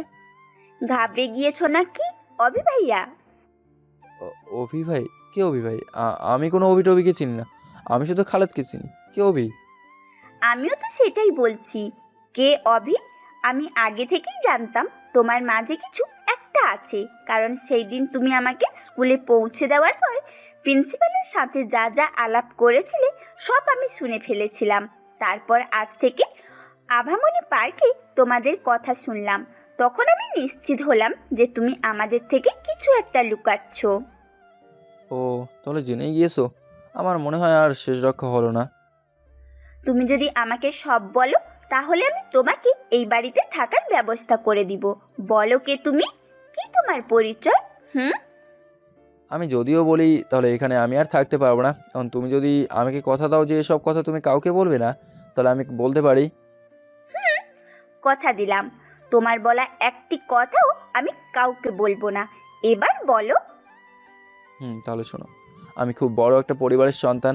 আমাদের না আছে টাকা পয়সার অভাব, না আছে অর্থকড়ির অভাব। আমি আমার পরিবারের একমাত্র সন্তান। মা বাবা দুজনেই ছিল আমার, কিন্তু হঠাৎ একটা ভুলের কারণে আজ আমার মা আর বেঁচে নেই। ছোটো থেকে বাবা আমাকে নিজের সাথে রাখেননি, কারণ বাবা কখনো চাননি যে আমি যেন অন্য কারোর সাহায্য নিয়ে বেঁচে থাকি। আমি যেন আর 5টা ছেলের মতো সারা জীবনযাপন করি সাধারণ। আমার বাবার পেশা ছেলেদের থেকে যেন সর্বদা দূরে থাকি। তাই ছোটো থেকে বাবা আমাকে লন্ডনে লেখাপড়া করিয়েছেন। তখন আমার মা বেঁচে ছিল, কিন্তু 10ম শ্রেণী পাশ করার পর আমি বাবার সাথে জেদ করে দেশে ফিরে আসি। তারপর এখানে থেকেই কলেজে লেখাপড়া করি। আমার সাথে সবসময় 4-5 জন লোক থাকতো। বাবা মানে করলেও তারা মানতো না, কারণ তারা আমাদের নিজেদের জীবনের থেকেও বেশি ভালোবাসতো। নয়ন, রাসেল আকাশ, ওকে তোমরা একাই ছাড়তে পারো? ও নিজের মতো করে দেশটাকে ঘুরে দেখুক। না আঙ্কেল, আমরা কখনোই মালিককে একা ছাড়বো না। চারিদিকে আমাদের অনেক শত্রু। তাছাড়া আমার সাথে থাকলে তো তোমার কোনো সমস্যা নেই, আর আপনারাও নিশ্চিন্তে থাকতে পারেন। তোমরা একদম ঠিক বলেছ। তোমরা কেউ ওর বাবার কথায় কান দিও না। চারদিকে যা ঝামেলা পাকিয়ে রেখেছে, আবার ছেলেকে স্বাধীনতা দিচ্ছে। মা তুমিও আমাকে তো একাও ছাড়তে পারো না কি? সবসময় বডিকার সাথে থাকলে নিজেরই অনেক খারাপ লাগে। আমি তো এখন আর ছোট নই যে কেউ আমাকে এত সহজে কিডন্যাপ করবে। হয়েছে হয়েছে, এসব নিয়ে তোকে আর ভাবতে হবে না আকাশ। তোমরা ওকে নিয়ে যাও। ঠিক আছে আন্টি, চলেন মালিক। ওই সবসময় মালিক মালিক করো না তো। আমি তোমাদেরই সমবয়সী, তাই আমাকে তুমি করে বলবে, আর আমার নাম ধরে ডাকবে। ওকে? ওর বাবা মায়ের দিকে তাকিয়ে আছে, আমাকে নাম ধরে ডাকলে বাবা তাদের শাস্তি দেবে এই ভয়ে। আমি বাবার দিকে তাকিয়ে দেখলাম বাবা কি বলে। আরে আমার দিকে দেখার কি আছে? ও যা বলছে তাই করো। এখানে এত ভাবার কিছু নেই। আমাকে যেহেতু আঙ্কেল ডাকো, ওকে তোমাদের বন্ধুই মনে করো। ঠিক আছে আঙ্কেল। চলো ভি। তারপর ওরা আমাকে নিয়ে একটা গাড়িতে উঠলো। সামনে আমি আর রাসেল, আর পিছনের সিটে বসে আছে বাকি দুজন। রাসেল গাড়ি ড্রাইভ করছিল, আমি বসে বসে ড্রাইভ করে দেখছিলাম। গাড়ি থামাও। কেন, কি হয়েছে? কিছু না, ড্রাইভ শিখবো আমি। যাক, অকালের মৃত্যু আশাটা দেখেছি, এখন পূর্ণ হয়ে যাবে। প্লিজ আমাকে শেখাও, অনেকদিনের ইচ্ছা যে আমি একদিন গাড়ি চালাবো। আচ্ছা, তুমি আমার জায়গায় এসো, আমি শিখিয়ে দিচ্ছি। তারপর আমি আকাশের কথা মতো তার জায়গায় চলে এলাম আর গাড়ি ড্রাইভ করছিলাম, কিন্তু একা একা কিছুতেই পারছিলাম না। তাই আকাশ আমাকে সাহায্য করলো। আমরা দুজনে মিলে গাড়ি ড্রাইভ করে চলে গেলাম কলেজে। সেদিনই ছিল আমার কলেজের প্রথম দিন। আমাকে তারা 3জন ক্লাস পর্যন্ত এগিয়ে দিয়ে এসেছিল। তারপর তারা বাইরে আমার জন্য অপেক্ষা করছিল, আর ক্লাসরুমে আমার পাশে বসেছিল মারিয়া। আর সেখানে তার সাথে আমার পরিচয়। আমরা ভালো বন্ধু হয়ে উঠি, কিন্তু আমাকে সে একদিনও বন্ধু মনে করেনি। সবসময় পাগলামি করে গেছে, কিন্তু তাকে আমি একজন ভালো বন্ধুই মনে করি। সে ছাড়াও কলেজে আমার আরও কিছু ফ্রেন্ড হয়। এভাবেই কিছুদিন চলে গেল। আমি ড্রাইভ করা সম্পূর্ণভাবে শিখে গেলাম। এখন কলেজে যাওয়া আসার সময় আমিই গাড়ি ড্রাইভ করতাম। আচ্ছা, আমি যেখানে যাই তোমরা আমার পাশে পাশে থাকছো কেন? হঠাৎ এরকম অদ্ভুত প্রশ্ন? না, এমনি আমার জানতে ইচ্ছে করছে যে আমাদের কি বড় কোনো শত্রু আছে যার ভয়ে আমাকে তোমরা সবসময় চোখে চোখে রাখো? আছে, একজন আছে। কি? দুর্জন চক্রবর্তী। সে সর্বদাই আশায় থাকে, কখনো আমাদের বিপদ ফেলতে পারবে। সে সুযোগ পেলে কাউকে ছেড়ে কথা বলে না। দুর্জন আমাদের চিরশত্রু, আমাদের থেকে কোনো অংশে কম নয় সে। আর সেটা ও জেনে গেছে যে তুমি দেশে ফিরে এসেছো। ও, তার জন্যই তোমরা আমাকে এইভাবে ছাড়তে চাও না, তাই না? কাল থেকে আমি কলেজে একা আসবো আর একাই যাব, কিন্তু আনাগোনা করার সময় মুখোশ পরে আনাগোনা করব, তাহলে আমাকে কেউ চিনতে পারবে না। তাছাড়া আমি ছোট থেকে লন্ডনে ছিলাম, আমাকে এই শহরে তেমন কেউ আমাকে বলতে না দিয়ে আকাশ বলতে শুরু করলো। এই শহরের প্রত্যেকটা অলিগলিতে থাকা পোকামাকড় তোমাকে স্পষ্টভাবে চেনে। তুমি হয়তো ভুলে যাচ্ছ যে তুমি এই শহরের সবচেয়ে বিত্তশীল ব্যক্তি রায় মোহনের একমাত্র ছেলে অভিরায়। তুমি যা বলছো তাও ঠিক আছে, কিন্তু আমি না থাকার পরেও তারা আমাকে এত ভালো করে চিনে কি করে? তোমার বাবার একটা ভুলের কারণে। তুমি দেশে ফিরবে শুনে তোমার বাবা নিজের ছেলেকে শহরে পরিচিত করানোর জন্য সকল টিভি চ্যানেল, পত্র পত্রিকা বিজ্ঞাপন দিয়েছিলেন, যার কারণে তুমি এখন সবার কাছে পরিচিত। কলেজে এসে গেছি, তোমরা এখানে দাঁড়াও, আমি কলেজ থেকে ক্লাস করে আসছি। আমি সেখানে গাড়ি থেকে নেমে গেলাম। তাদের গেটের বাইরে রেখে আমি কলেজের ভেতরে প্রবেশ করলাম। দেখলাম দূরে একটা বট গাছের নিচে বসে মারিয়া কি যেন ভাবছিল। আমি ক্লাসে না গিয়ে তার কাছেই গেলাম। Hi Maria. হাই। মন খারাপ কেন তোর? কই না তো। ফাজলামো করিস কেন? সত্যি করে বল, নাহলে আরেকটা দিব। তুই তো জানিস আমার বাবা মা কেউ নেই, কবির কাছ থেকে বড় হয়েছি। আমার কপাল গুনে ওনাদের মতো ফুফাফুফি পেয়েছিলাম। এখন আমি আর ছোট নই, আমি নিজে থেকে ওদের জন্য কিছু একটা করতে চাই। ভাবছি ছোটখাটো একটা চাকরি করব। তো কর, এখানে এত ভাবার কি আছে? কিন্তু কিসের চাকরি করব সেটা ভাবছি। এই মুহূর্তে আমি চাকরি পাবো কোথায়? ও, তাহলে তুই এক কাজ কর, এক সপ্তাহ অপেক্ষা কর, তারপর আমি দেখছি কি করা যায়। কি করবি তুই? আমার উপর একটু বিশ্বাস করেই দেখ, পরে না হয় কিছু ভাবিস। এটা নিয়ে ভাবা বাদ দে। হুম। তাহলে আর কি, চল ক্লাসে যাই। হুম। তারপর মারিয়াকে নিয়ে ক্লাস করে বেরিয়ে এলাম। আমি গাড়ি করে বাড়ি পৌঁছে গেলাম, গিয়ে সবাই একসাথে খেয়ে নিলাম। এমনিতে আমরা একসাথেই খাওয়া দাওয়া করি। বাবা অভি, খেয়ে একটু তৈরি হয়ে নে তো, একটু অফিসে যাবি। বাবা হঠাৎ এই সময় অফিসে কেন? আগে চল, তারপর দেখবি কি হয়। আমি আর কোনো কথা বলিনি। আমি তাকে রইলাম আকাশ, রাসেল আর নয়নের দিকে, কিন্তু তারা বাবার সামনে কিছু বলছে না। কি আর করার, তৈরি হয়ে নিলাম। বাবার হুকুম, যেতেই হবে। কিন্তু আজ আমার সাথে আকাশরা যাচ্ছে না, আজ যাচ্ছে আলাদা 5 জন। বাবার আমি 2 জন, 2 গাড়িতে করে অফিসে যাচ্ছিলাম। আমি এখনও আমাদের অফিসের ব্যাপারে কিছু জানি না, আসলে আমাদের অফিসের নামটাও অজানা। আমার এসবের বিষয়ে তেমন কোনো ইন্টারেস্ট নেই, কিন্তু আজ প্রথম আমি অফিসে যাচ্ছি। পৌঁছে গেলাম অফিসে। অফিসের নামটা দেখে অবাক হলাম, কারণ এটা আমার নিজের নামের office, Abhirai group of industry. নামটা দেখে অনেক ভালো লাগলো। আমাকে নিয়ে তারা ভেতরে প্রবেশ করছিল, একটা ঘরে নিয়ে তুললো আমাকে। দেখলাম অফিসের সব স্টাফরা একত্রে মিলিত হয়েছে। তারা এই অসময়ে অফিসে কী করছে? হয়তো বাবা মিটিং রেখেছে, তাই তারা একত্রে মিলিত হয়েছে। কিন্তু আমি তাদের সামনে একটা জিনিস দেখে অনেকটা অবাক হলাম, কারণ তারা একটা লাশকে সামনে নিয়ে দাঁড়িয়েছে। লাশের বিষয়ে বাবা যা বললো তা শুনে আমার অনেকটা দুঃখ হলো, কারণ বাবা বললো যে এই লাশটা নাকি আমাদের ম্যানেজার আঙ্কেলের। অনেকদিন ধরে তিনি হসপিটালে ভর্তি ছিলেন। আজ বাবা একটা মিটিং ডেকেছিলেন, আর আজকে তিনি মৃত্যুবরণ করেন। বাবা আজকে মিটিংটা 2 দিন পরে করলে হয় না? আমি বাবার কানের কাছে এসে বললাম, এ নিয়ে আমরা একটু পরে কথা বলছি, আগে তোর আঙ্কেলের দাফনের কাজটা শেষ করি। আচ্ছা। ম্যানেজার আঙ্কেলের দাফনটা আমরাই সেরে ফেলি। তিনি জগতে একাই ছিলেন, না ছিল ওনার কোনো আত্মীয়, না ছিল নিজের কেউ। উনি যেন 3 বেলা শুধু খেতে পান, তাই বাবা ওনাকে এই চাকরিটা দিয়েছিলেন, আর আজ তিনি মৃত। আমরা তার দাফন শেষ করে সেখান থেকে চলে আসলাম, এবং বাবা সবাইকে জানিয়ে দিলেন যে আগামী 2 দিন পর এই মিটিংটা করা হবে, আর এই 2 দিন অফিস বন্ধ থাকবে। তারপর বাবা এসে গাড়িতে উঠলেন, আমাকেও বললেন আমি যেন বাবার সাথে একই গাড়িতে উঠি, আর ড্রাইভারকে বললেন গাড়িকে বাড়ি নিয়ে যেতে। আমি জানতাম না যে বাবা কেন আমাকে ওনার গাড়িতে নিয়ে যাচ্ছেন। হতে পারে কোনো গুরুত্বপূর্ণ কথা বলবেন। অভি, তোকে একটা কথা বলার ছিল। বলো বাবা। আমি আজকে যে কারণে মিটিং ডাকতে চেয়েছিলাম সেটা কি তুই জানিস? না তো, আমি জানবো কি করে? আমাকে তো বলাই হয়নি। আমি চেয়েছিলাম আমার সকল কিছু তোর নামে করে দিতে, কিন্তু আজ সেটা সম্ভব হয়নি। তাই এই ঘোষণাটা আমি মিটিং এর দিনই করব। কিন্তু বাবা, আমি তো এখন এই বিষয়ে কিছুই বুঝে উঠিনি। কিভাবে কি করতে হয় এসব কিছুই তো আমি জানি না। সেটা তুই আস্তে আস্তে জেনে যাবি। এখন একটা কাজ তোকে করতে হবে। কি কাজ বাবা? আজ তোর ম্যানেজার আঙ্কেল মারা গিয়েছেন, তাই আমাদের কোম্পানির জন্য একটাই ম্যানেজার প্রয়োজন। আর সে বিষয়টা তো দেখবি, একজন যোগ্য ম্যানেজারকে তুই কোম্পানিতে যোগ দিবি। সেই বিষয়টা নিয়ে তুমি চিন্তা করো না, আমি দেখছি কি করা যায়। বাবার আমি বাড়ি পৌঁছে গেলাম। আমার মাথায় একটাই চিন্তা, এমন একজন বিশ্বাসী ম্যানেজার কোথায় পাই? আর সে যদি কোনো রকম চিটিং করে তাহলে তো সর্বনাশ, কারণ একজন ম্যানেজারের হাতে অনেক কিছুই থাকে। কিন্তু কাকে দেওয়া যায় এই কাজ? তখন মনে পড়লো মারিয়ার কথা। সেও তো একটা কাজ খুঁজছিল, তার একটা চাকরি প্রয়োজন।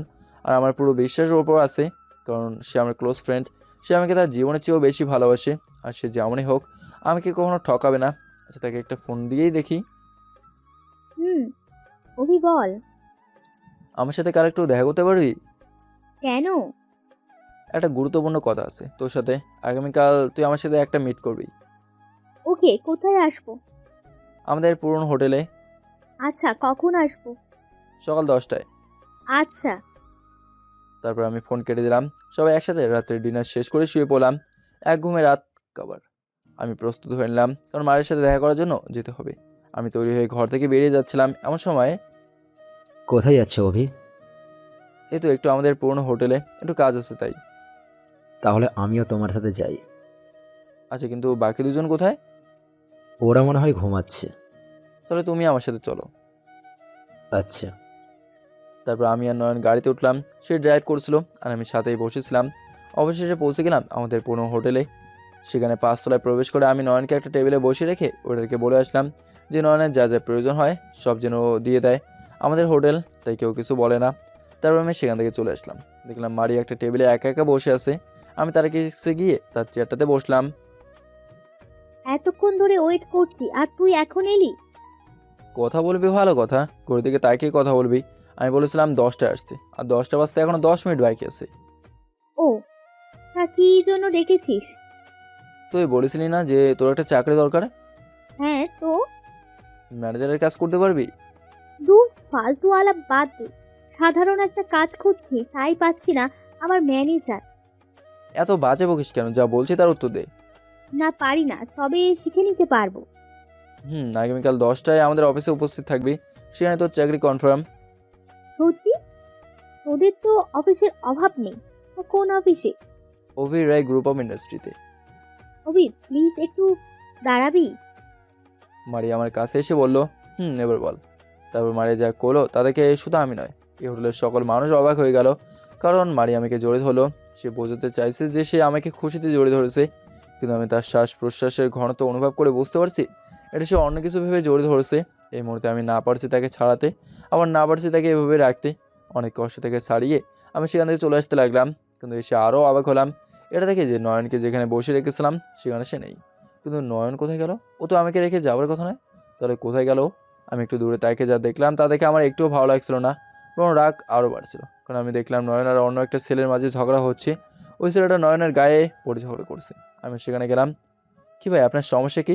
ওর সাথে এইভাবে ঝগড়া করছেন কেন? দেখ, এই ছেলেটা হোটেলে ঢুকে মেয়েটাকে ডিস্টার্ব করছে, আর আমি কিছু বলাই আমাকে হুমকি দিচ্ছে। ইচ্ছে হচ্ছে এক্ষুনি শালাকে টপকে দিই। তোকে আবারও বলছি, এইখান থেকে চুপচাপ চলে যাও, না হলে তোমাদের জন্য বিষয়টা ভালো হবে না। আচ্ছা ভাই, মনে করো আমরা তোমাকে কিছু করতে আসিনি। আমি পুরোটা বলার আগে ছেলেটা বলতে শুরু করলো, তুই কি করবি রে?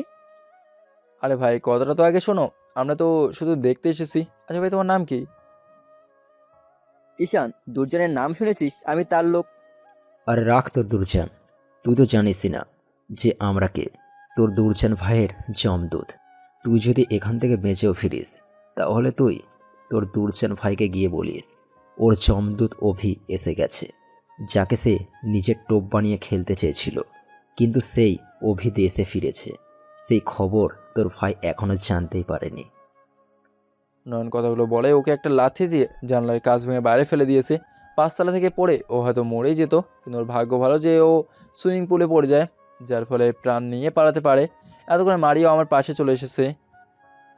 ওইখানে সুইমিং পুল না থাকলে তো ও মারা যেত। যাক, তাতে কি, ওরা আমাদের চিরশত্রু।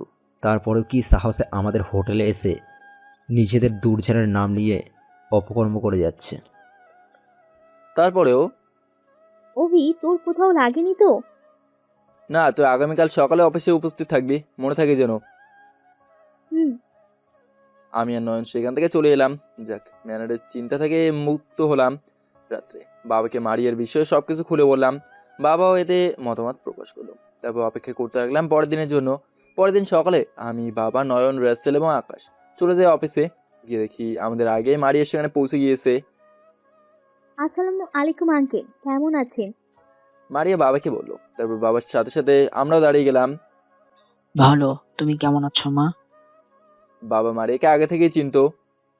জি, ভালো আঙ্কেল। অভি, তুই মারিয়াকে নিয়ে মিটিং এ চলে যায়। আচ্ছা বাবা। তারপর আমি আর মারিয়া একসাথে হাঁটতে লাগলাম, আর নয়ন, রাসেল এবং আকাশ আমাদের পিছনে আসছিল। মারিয়া আমাকে ধাক্কা দিয়ে, কিরে, তোর বাবা তো আমাকে নিজের মা বানিয়ে ফেলেছে। ফালতু আলাপ বাদ দে। এটা বাবা এমনি এমনি বলছে। আর মনে রাখিস, বাইরে আমরা যেমনই হই, অফিসে আমাদের সম্পর্ক শুধু বস আর ম্যানেজারের, বুঝেছিস? আচ্ছা, সেটা নয়, চাকরিটা হলেই দেখা যাবে। কেন, আমার ওপর তোর কোনো সন্দেহ আছে? না, আমি তোর উপর সন্দেহ করব কেন? চাকরিটা আমি করব, তবেই না তুই আমার বস। দেখ মারিয়া, শেষ মুহূর্তে এসে একদম মজা করবে না, তাহলে কিন্তু ঝামেলা হয়ে যাবে। আচ্ছা, মজা করব না, এবার তাড়াতাড়ি করে পা চালা। আমি আর মারিয়া চলে আসলাম মিটিংয়ে, আর আমার বডিগার্ড 3জন ঘরের বাইরে দাঁড়িয়ে আছে। আমাদের মিটিংয়ের কথাবার্তা ছিল এরকম।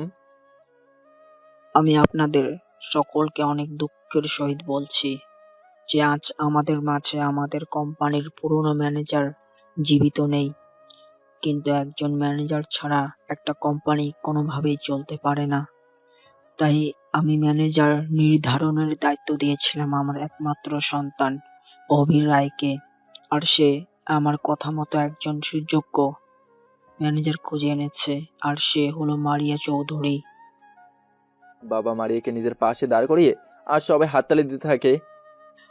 আমি আপনাদেরকে আরো একটা খুশির সংবাদ দিতে চাই, আর সেটা হলো এই কোম্পানিতে এখন আমার পরিবর্তে আমার ছেলে থাকবে। এই চেয়ারের মালিক এখন আমার ছেলে। বাবা আমাকে দেখিয়ে বললো এবং বাকি স্টাফেরা হাততালি দিতে থাকলো। কিন্তু স্যার, আমার মাথায় এখনো একটা প্রশ্ন ঘুরপাক খাচ্ছে। স্টাফদের মাঝে একজন বলল, আমাদের জানা মতে এই কোম্পানি থেকে কোনো রকম নিয়োগ বিজ্ঞাপন অথবা ইন্টারভিউ রাখা হয়নি। তাহলে আমাদের নতুন স্যার মারিয়া ম্যাডামের কোন যোগ্যতার ওপর ভিত্তি করে এই দুদিনের মধ্যে ওনাকে যোগ্য হিসাবে মেনে নিলেন? সে প্রশ্নের জবাব না হয় আপনাদের নতুন স্যারই দিচ্ছে, কি অভি? বাবা আমাকে বলল, আচ্ছা বাবা, আপনাদের প্রশ্ন হলো ওকে কোনো ইন্টারভিউ ছাড়া কেন নিয়ে দিলাম, এই তো? জি। তার জন্য চলুন ঘুরে আসা যাক মানুষের অন্য 5টি কোম্পানি থেকে, যেখানে যে কোনো পদে সদস্য নেওয়ার জন্য ইন্টারভিউ নেওয়া হয়। কি হয় ইন্টারভিউ নিয়ে? যেখানে যোগ্য ব্যক্তির রাস্তায় রাস্তায় ঘোরাফেরা করে আর অযোগ্যরা বড় বড় কোম্পানিতে কাজ করে। ভাবছেন এটা কিভাবে হয়? তাহলে শুনুন, একজন ব্যক্তি ইন্টারভিউ দিতে গিয়েছে, তার সকল যোগ্যতা আছে, ইন্টারভিউয়ের সবচেয়ে ভালো পরীক্ষা হয়েছে তার, কিন্তু অবশেষে যখন রেজাল্ট আসে তখন দেখা যায় তার নম্বর সবচেয়ে কম। তার কারণ কি?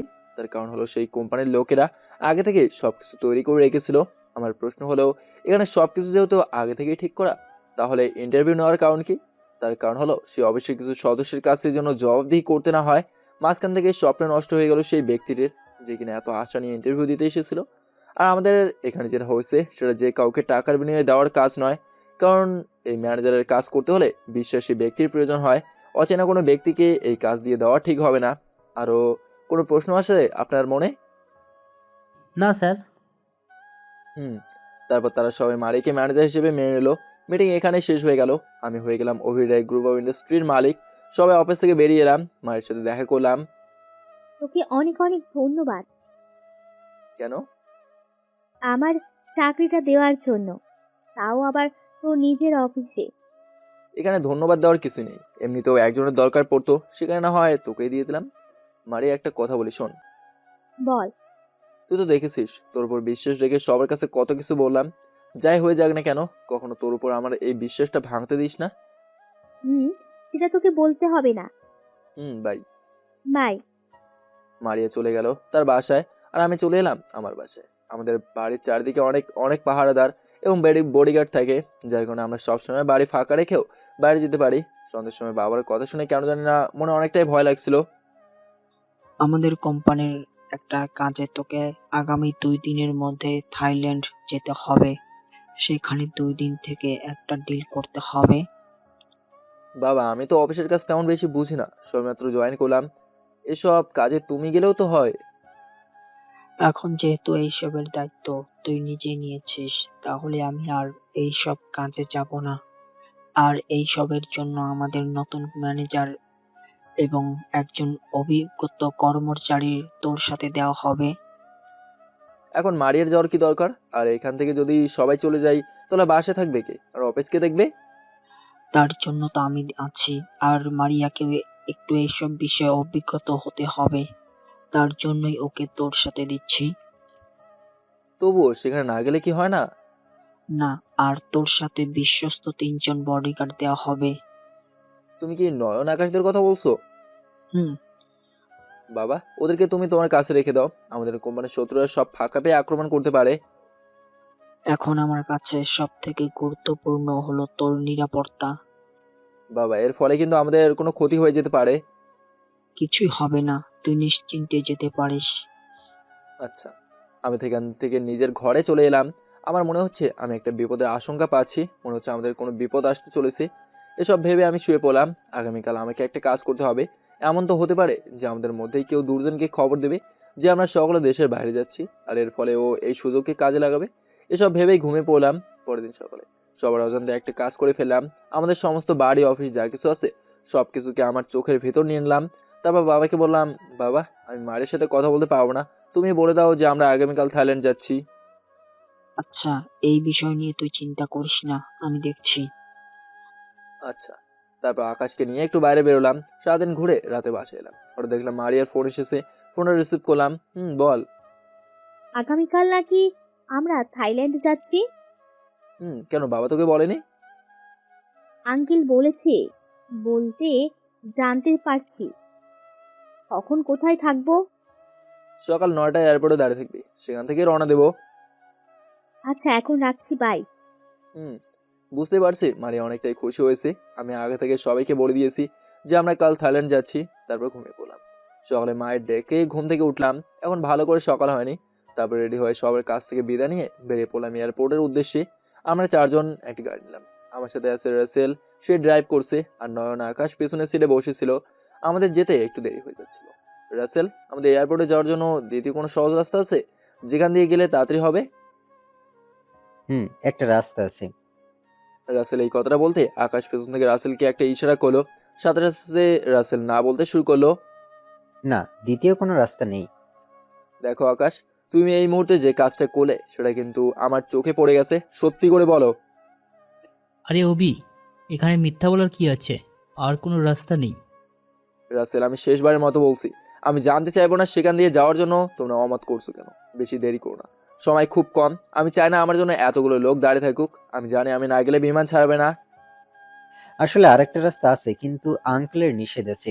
সেই রাস্তার খবর যেন আমরা আপনাকে কখনো না দেই। তুমি সেই রাস্তা দিয়ে চলো। আচ্ছা। তারপর রাসেল সেই রাস্তা দিয়ে গাড়ি নিয়ে যাচ্ছিল। আমি জানতে চাইনি যে বাবা সেই রাস্তা দিয়ে যাওয়ার জন্য কেন মানা করছিল। কিছুক্ষণ যাওয়ার পর দেখলাম সামনে অনেক জ্যাম, অনেকগুলো ট্রাক আনাগোনা করছে। একটা বাজে গন্ধ আসছে ওখান থেকে। রাসেল গাড়িটা দাঁড় করে দিল। আমাদের এখান দিয়ে না আসাটাই উচিত ছিল। দাঁড়াও, আমি দেখছি, আমি বলে বাড়ি থেকে নেমে গেলাম।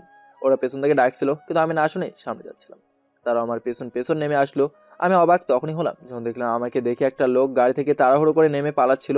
ভালো করে দেখলে বুঝলাম এটা তো সেই ছেলেটা, আমাদের পুরনো হোটেলে যার সাথে ঝগড়া লেগেছিল, ঈশান। কিন্তু ও আমাকে দেখে পালাচ্ছে কেন? না, ওকে থামাতে হবে। সকল রহস্য আমাকে ফাঁস করতে হবে। তাই সেই ছেলেটা নেমে পালানোর আগে আমি তাকে ধরে ফেলি। কি হলো, পালাচ্ছিলি কেন? কিছু না, এমনি। তোদের গাড়িতে এসব কি? আর তোর সাথে পিস্তল আছে, তাহলে আমাকে আক্রমণ করছিস না কেন? আমাকে মাফ করো, আমাকে ছেড়ে দাও। বুঝলাম না, ওর সাথে অস্ত্র থাকা সত্ত্বেও ও কেন আমাকে আঘাত করছে না। আগে আমাকে সবকিছু খুলে বল, নাহলে তোকে আমি এখানেই মেরে দেবো।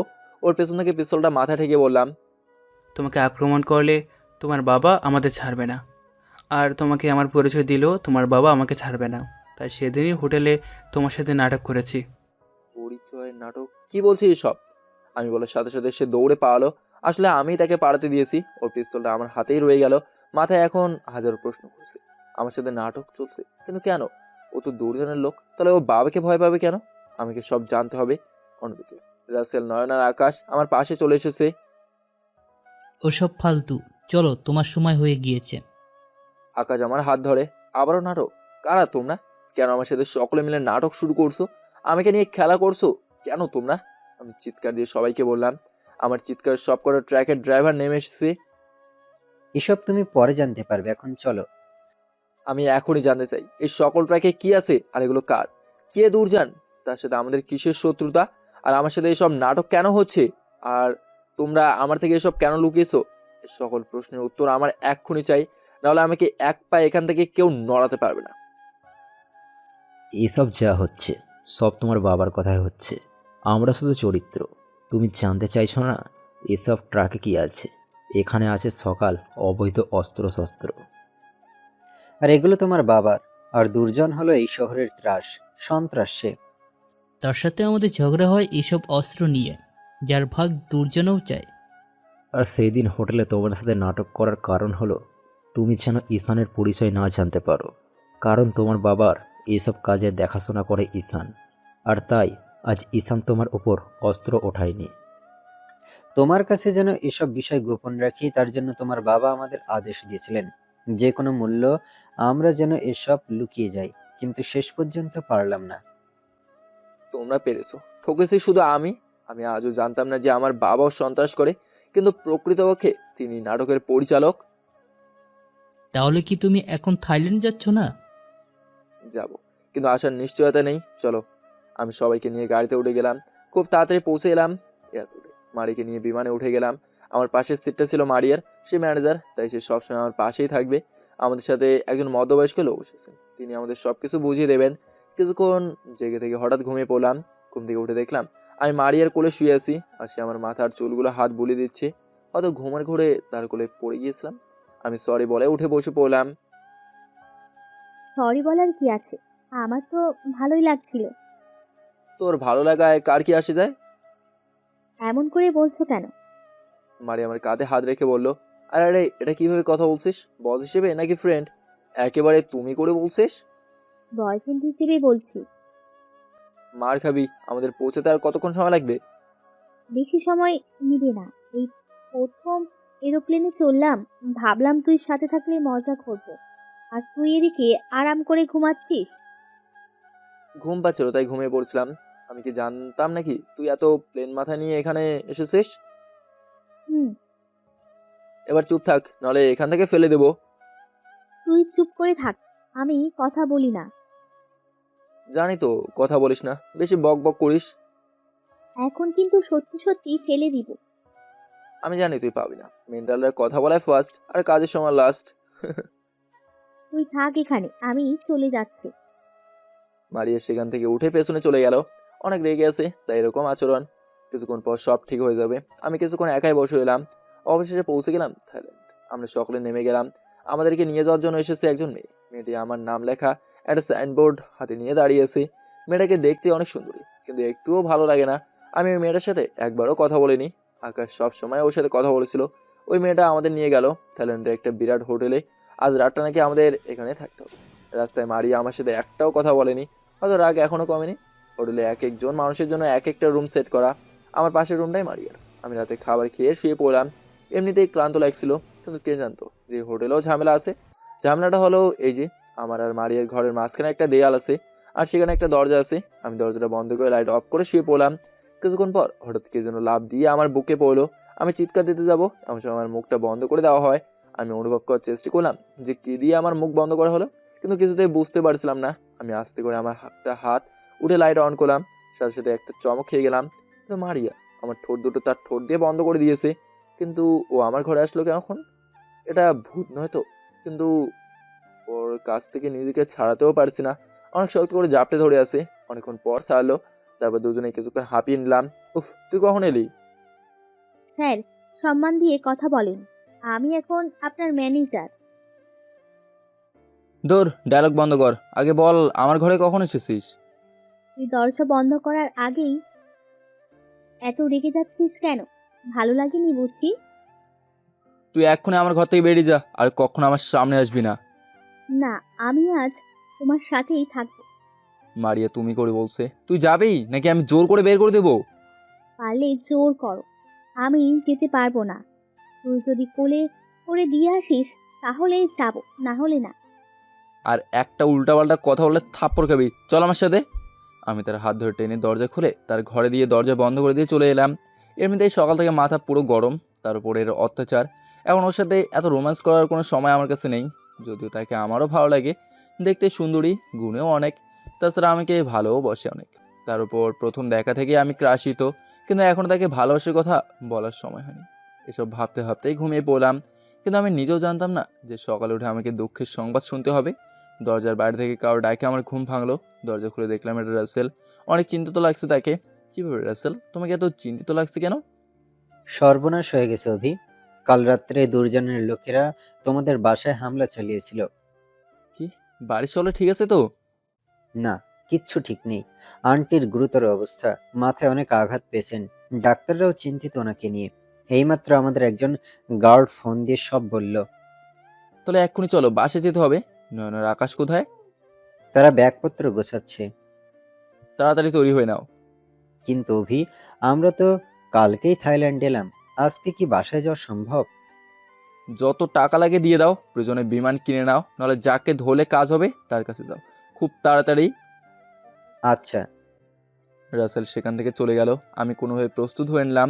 তারপর হোটেল থেকে বেরিয়ে এলাম। বাইরে এসে দেখলাম সবাই আগেই তৈরি হয়ে নিয়েছে এবং আমার জন্য তারা অপেক্ষা করছিল। আমি তাদের সাথে রওনা দিলাম এয়ারপোর্টের উদ্দেশ্যে। কিন্তু রাসেল কোথায়? তাকে তো দেখছি না। ওই তো আমাদের সাথেই যাওয়ার কথা। তবে কি আমি যাতে দেশে ফিরতে পারি সেই ব্যবস্থাই সে করছে। এয়ারপোর্টে গিয়ে রাসেলকে পেয়ে গেলাম। সব কিছু রেডি, এখন আমরা শুধু যাব। চলে এলাম নিজের দেশে। এখানে এসে শুনলাম আরও একটা খারাপ খবর। মানা অনেক আগেই মারা গিয়েছেন।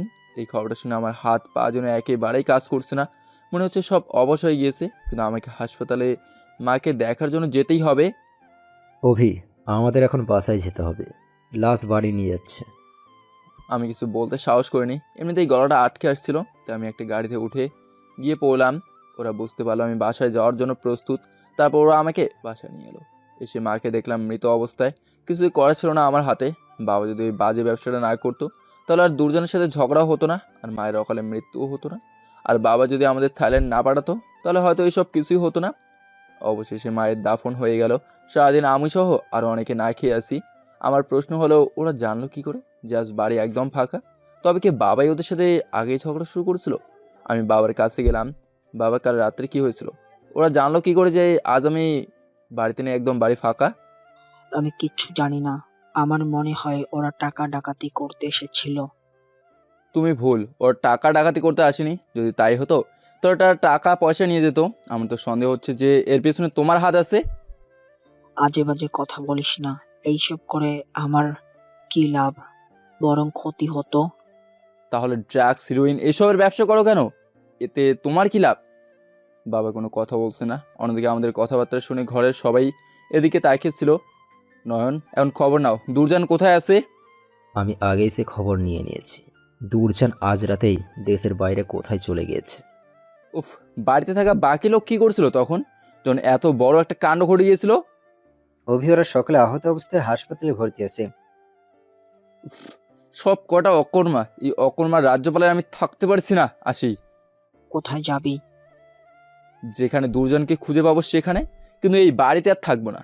আমি তোমার এই টাকার পাহাড়ে থাকতে চাই না। আমি সেখান থেকে ঘুরে চলে এলাম। আমার মোবাইলটা সেখানে ফেলে ফাইলটা নিয়ে বাইরে বেরিয়ে এলাম। পেছন থেকে তারা অনেক ডেকেছিল, কিন্তু তাদের কথায় কোনো উত্তর না দিয়ে আমি সেখান থেকে চলে এলাম। থাকতে চাই না আমি এই টাকার পাহাড়ে। তারপর পকেটে যা টাকা ছিল তা দিয়ে একটা ছোট ফোন কিনলাম। আর অনেক অবশ্যই চাকরির সন্ধানে গিয়েছিলাম, কিন্তু যেখানে যাই সকলেই আমার পরিচয়টা দেখে, কিন্তু আমার যোগ্যতা দেখে না। তাই চাকরি করার আশা ছেড়ে দিয়েছি। কারোর সাথে যোগাযোগ করার কোনো উপায় রাখিনি।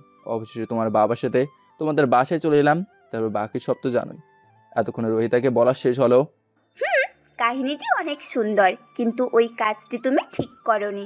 তুমি তোমার বাবার বাসা থেকে বেরিয়ে না আসলেই হতো। তাহলে হয়তো দুর্জন কখনোই দেশে ফিরতো না। আমি তোমার কথা রেখেছি, এখন তুমি আমার কথা রাখতে পারলেই হলো। সেটা নিয়ে তুমি চিন্তা করো না, এই বিষয়টা আমি দেখব। সেই কখন পার্ক থেকে এসে তোমার পাশে গল্প শুনতে বসলাম, এক কাপ কফিও খাওয়ালে না। সেটা না হয় পরে দেখা যাবে। আচ্ছা, পার্কে তোমরা কে কে ঘুরতে গিয়েছিলে? আমি, আপু আর ওই বিটকেলটা। বিটকেলটাকে? ওই যে আপুর প্রেমিক ছেলেটা, কি যেন নাম ওর। হয়েছে, বুঝেছি। এই জন্যই তোমার আপু আমাকে সাথে নিয়ে যায়নি। আচ্ছা বলো তো, আমি যখন মারিয়ার সাথে কথা বলছিলাম তখন কি তুমি ছাড়া আর কেউ দেখেছিল? না, ওরা তো আমাকে রেখে ঘুরতে গিয়েছিল, আর তখনই দেখলাম তোমাদের। আচ্ছা, এখন তো রাত হয়েছে, ঘুমাবে না? আপুর ওইখানে আমাকে দিয়ে এসো। না, ওইখানে গেলে তোমার আপু আমাকে আরো বকবে। আরে বকবে না, তুমি আমাকে নিয়ে চলো, না হলে আমি এখানেই থাকবো। আচ্ছা চলো। তারপর রোহিতাকে নিয়ে তার আপুর ঘরে চলে এলাম। দেখলাম ঈশিতা ঘুমিয়ে আছে। সারাদিন অনেক ঘোরাঘুরি করে এখন ঘুমাচ্ছে। রোহিতাকে ঈশিতার পাশে শুয়ে রাখলাম। তারপর ঈশিতার দিকে অবাক চোখে তাকিয়ে রইলাম। আজকে তাকে আরও অনেক সুন্দরই লাগছে। আমার এই একটাই সমস্যা, ঈশিতার ঘরে আসলে আর যেতে ইচ্ছে করে না। আমি নিজের অজান্তে আমার মুখ ঈশিতার দিকে নিয়ে যাচ্ছিলাম। আরে আরে করছো কি? জেগে গেলে বিপদে পড়বে তো। রোহিতা লাফ দিয়ে উঠে আস্তে আস্তে বলতে লাগলো, কই কিছু করছি না, তুমি বেশিই দেখো। বলে আমি সেখান থেকে চলে আসছিলাম। হ্যাঁ হ্যাঁ, আমি তো একটু বেশিই দেখি। রোহিতা মুচকে হেসে বলল। আমি হেসে হেসে সেখান থেকে চলে এলাম। আমার কখন কী হচ্ছে এটা আমি নিজেই জানি না। এসে নিজের ঘরে শুয়ে পড়লাম। আজকে সকালেও রোহিতার ডাকেই উঠলাম। তাকে এখন আর স্কুলে পৌঁছে দিতে হয় না, ও নিজেই যায়। তাছাড়া স্কুলের হেডমাস্টারকে তো সেদিন বলেই দিলাম, তাই কোনো ঝামেলা হয় না। রোহিতাকে স্কুল টাইমে তারাই দেখে রাখে। আমি এখন ঈশিতার সাথেই থাকি। সকালের নাস্তা করে ঈশিতাকে নিয়ে বেরিয়ে এলাম গাড়ির কাছে। গাড়ির কাছে এসে লক্ষ্য করলাম ঈশিতাকে আজ অনেক সুন্দর লাগছে। গায়ে একটা নীল ড্রেস, হাতে গোলাপি রঙের চুড়ি, সাথে ঠোঁটে গোলাপি রঙের লিপস্টিক, সব মিলিয়ে অসাধারণ লাগছিল। আমি নিশ্চিত আজকে তার কোনো খারাপ ধান্দা আছে। এখন কিছু বলবো না। দুজনে গাড়িতে করে যেতে লাগলাম। ম্যাম, আজকে কি সোজা কলেজে যাব? না, তুমি চালাতে থাকো, আমি যেই দিকে বলবো সেই দিক দিয়ে যেতে থাকো। আমি গাড়ি থামিয়ে দিলাম। কি হলো, গাড়ি থামালি কেন? এখন আবার তুই করে বলছে। না ম্যাম, এসব আমি পারবো না। আপনাকে আঙ্কেল কলেজের জন্য পাঠিয়েছেন, আপনি ওনার সাথে চলেন, করতে পারেন না। তোকে ড্রাইভারের চাকরি দেওয়া হয়েছে, যেখান দিয়ে বলছিস সেখান দিয়ে যা। আমি শুধু ড্রাইভার নই, আপনার দেহরক্ষিতারও দায়িত্ব দেওয়া হয়েছে আমাকে। মুখের ওপর কথা তো ভালোই শিখেছিস। গাড়ি স্টার্ট দিয়ে যেখানে বলছিস সেখান দিয়ে যা। বেশি বক বক করলে যে টাকাটা তোকে দেয় সেটাও পাবি না। ম্যাম, আমি টাকার জন্য কাজ করি ঠিকই, কিন্তু কারোর সাথে ছলনা করি না। এই ছোট লোকের বাচ্চা, এত কথা বলছিস কেন? যা বলছি তাই কর। আমি আর কোনো কথা না বলে গাড়ি থেকে নেমে এলাম আর পিছনে ঈশিতার সাথে গিয়ে বসলাম। তোর সাহস তো কম না, তুই আমার পাশে এসেছিস কেন? আমি ছোট লোকের বাচ্চা, তাই না? তাই। তাহলে দেখ। কি হলো, কাছে আসছিস কেন? আমি তাকে আর কোনো কথা বলার সুযোগ দেইনি, 4 ঠোঁট এক করে দিলাম। এর মধ্যে এই ঠোঁটগুলো আমাকে জ্বালাচ্ছিল, এখন সব হিসাব চুকে নেব। ঈশিতা অনেক চেষ্টা করছে নিজেকে সারানোর জন্য, বেচারে ভাবতে পারেনি যে আমার তার সাথে এমনটা করব আমি, কিন্তু কিছু করার নেই। ও একটু বেশি বেড়ে গিয়েছিল, তেজ একটু কমে দিতে হবে। অনেক ছটফট করার পরেও কোনো কাজ হচ্ছে না দেখে সে আর তেমন জোর খাটালো না। বুঝতে পারছি তারও অনেক ভালো লাগছে। গাড়ির ভিতরে এমনভাবে জোর করে লিপকিস করার মজাটাই অন্যরকম। আগে এই মাঠে থেকে বিষয়টা বুঝে গিয়েছিলাম। প্রায় 6-7 মিনিট পর ছেড়ে দিয়ে পিছনে একটা সিটে গিয়ে পড়লাম। পাশে তাকে দেখলাম ঈশিতা অনেক ক্লান্ত হয়ে শুয়ে রইলো, কিছু বলছে না, মাথা নিচু করে বসে আছে। আমার আর কি, ক্রাশকে কিস করতে পেরে এখন আনন্দেই আছি। গাড়ির ভিতর থেকে সিট টপকে সামনে ড্রাইভিং সিটে বসে পড়লাম এবং গাড়ি স্টার্ট দিলাম কলেজের উদ্দেশ্যে। কলেজ পর্যন্ত কোনো কথা বলো না। কলেজে আমি নিজের মুখ ঢেকে গাড়ির ভিতরেই বসে রইলাম আর ঈশিতা নেমে ক্লাসে চলে গেল। কলেজের প্রিন্সিপালের সাথে দেখা করার প্রয়োজন, কিন্তু এখন করবো না। যখন দেখবো আশেপাশে কেউ নেই তখন করব। কিছুক্ষণ গাড়ির ভেতর এমনি এমনি বসে রইলাম, দেখলাম 2টা ছেলে আমার দিকে আসছে। তোর নাম খালেদ?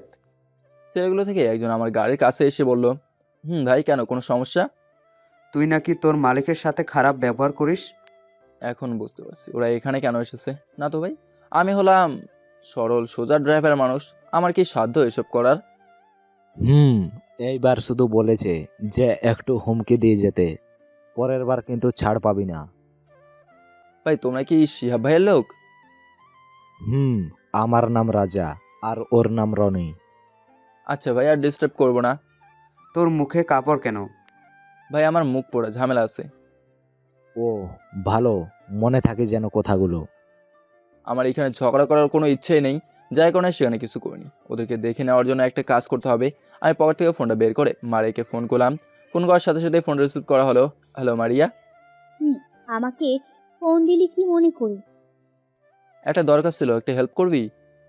বল, তুই যা বলবেন তাই করতে রাজি আছি। আরে তেমন কিছু না, শুধু আকাশের নাম্বারটা দিতে পারবি, খুব প্রয়োজন। এটা আবার এমন কি? নোট কর। কেমন আছিস? ভালো, আমাকে জিজ্ঞেস করতে ইচ্ছে হলো তাহলে? আরে এমন করে বলছিস যেন তোকে আমি চিনিই না। ভালো আছি, তোর কি খবর?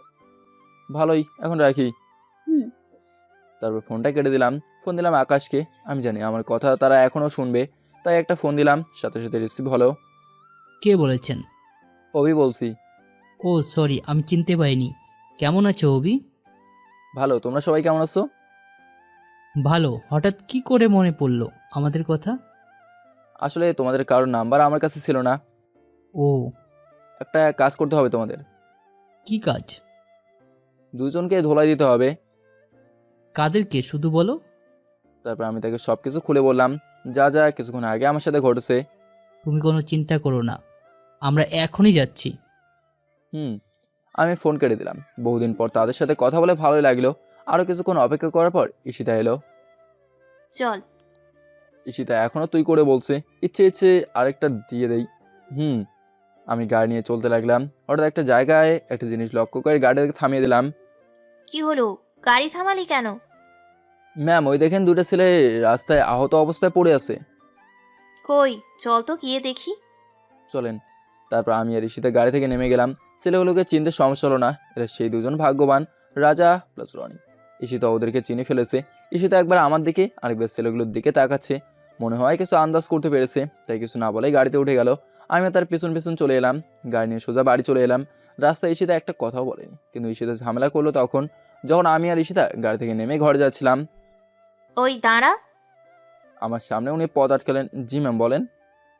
নাটক হচ্ছে আমার সাথে, যেন কচি খোকা। ঈশিতা আমার কলার ধরে পেছনে দেওয়ালে নিয়ে ঠেকালো। কি করছেন কি ম্যাম? লাগছে তো। লাগুক, আগে বল ওদের সাথে কি করেছিস? ঈশিতা আমার কাছাকাছি চলে আসলো। কাদের সাথে আর কি বলছেন আপনি এসব? আমি ঈশিতাকে ছাড়ানোর চেষ্টা করে। রাজা রনির সাথে। ঈশিতা আমার কাছে আসে এক অন্যরকম অনুভূতি আমার মনে শুরু হয়ে গেল। তার কোনো কথা এখন আমার কানে যাচ্ছে না, কারণ তাকে আর দূরে সরাতেও ইচ্ছে করছে না, বরং কাছে টানতে ইচ্ছে করছে। কিন্তু এটা বাড়ি, যার কারণে আমার নিজেকে কন্ট্রোল করতে হবে, যদিও সেটা এখন আমার পক্ষে কষ্টকর। ম্যাম, আমি কি করে জানবো ওদের এই অবস্থার কারণ? আমি ঈশিতাকে দূরে ধাক্কা দিয়ে সরিয়ে দিলাম। তুই ভালো করেই জানিস, কারণ ওদেরকে পাঠানো হয়েছিল তোকে সাবধান করার জন্য। ও মা, কি কথা? আপনি এটা করতে পারলেন? ঢং রেখে বল, তুই কাদের সাথে চলিস? কোন সন্ত্রাসের হাত তোর ওপর আছে?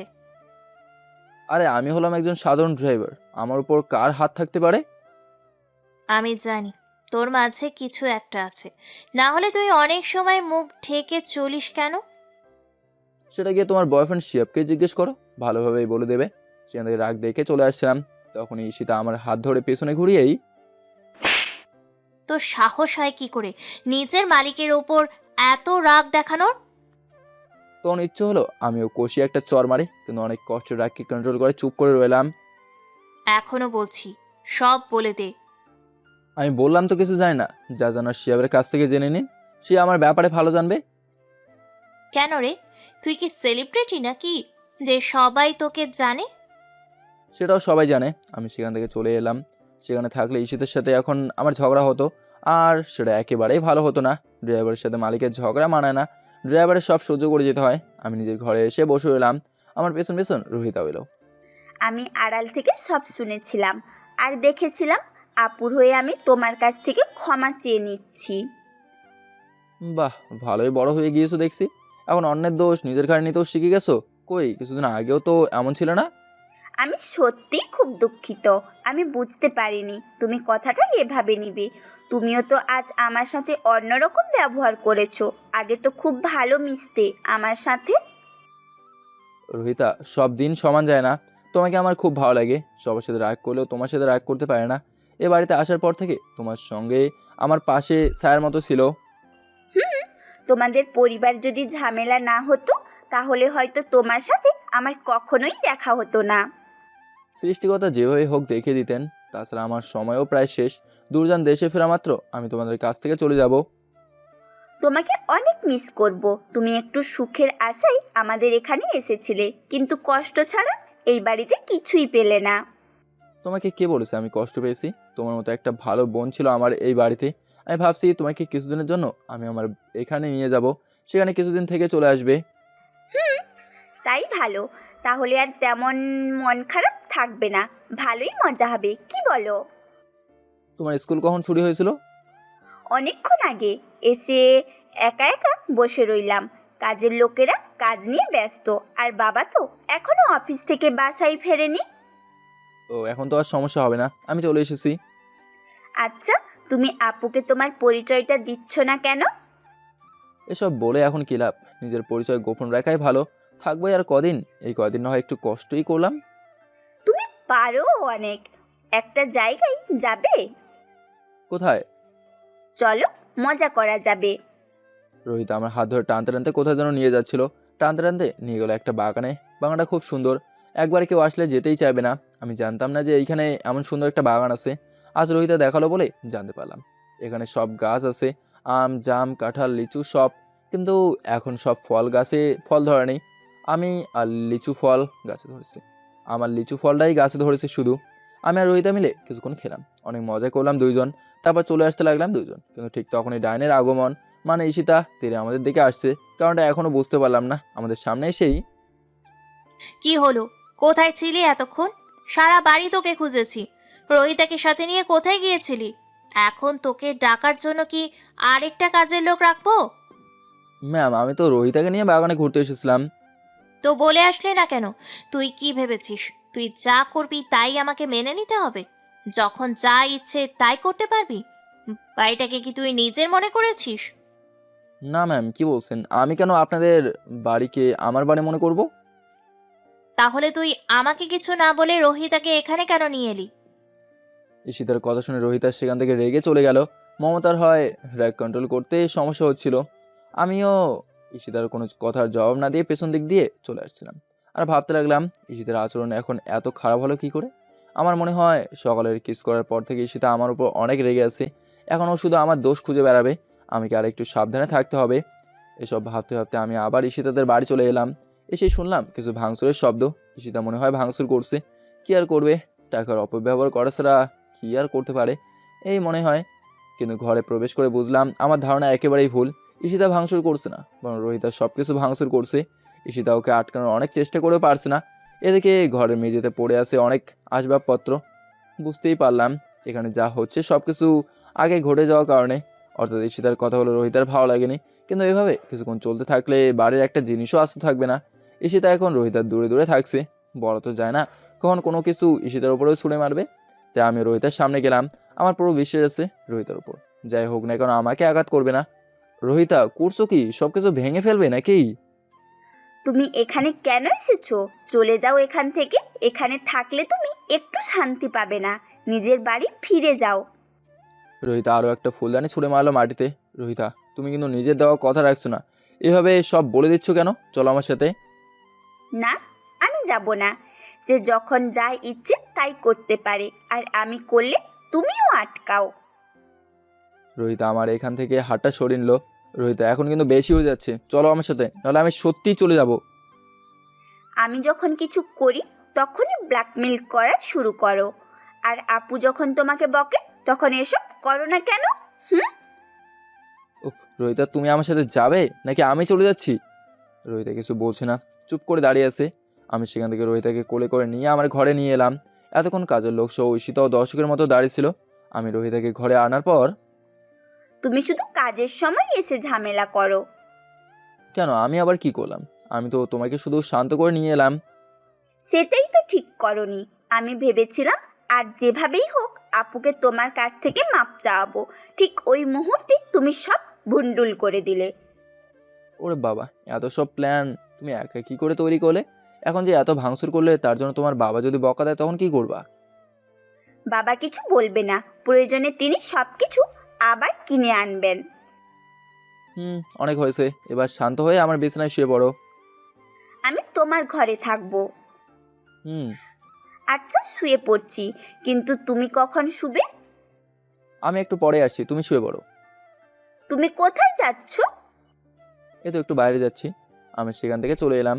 ঘরের বাইরে এসে দেখলাম বাড়ির কাজের বউরা সব কিছু পরিষ্কার করে ফেলেছে। এসে থেকে আশেপাশে দেখছে না, মনে হয় নিজের ঘরে আছে। আমার এসব দেখে লাভ নেই। বাইরের দোকান থেকে একটা সিগারেট এনে খেতে লাগলাম। সব সময় খাই না, তবে যখন ইচ্ছে হয় তখনই খাই। তারপর আরও অনেকক্ষণ দাঁড়িয়ে থেকে বাড়ি চলে এলাম। সোজা নিজের রুমে প্রবেশ করে ফেললাম। দেখলাম ঈশিতা গুটি সুটি হয়ে শুয়ে আছে।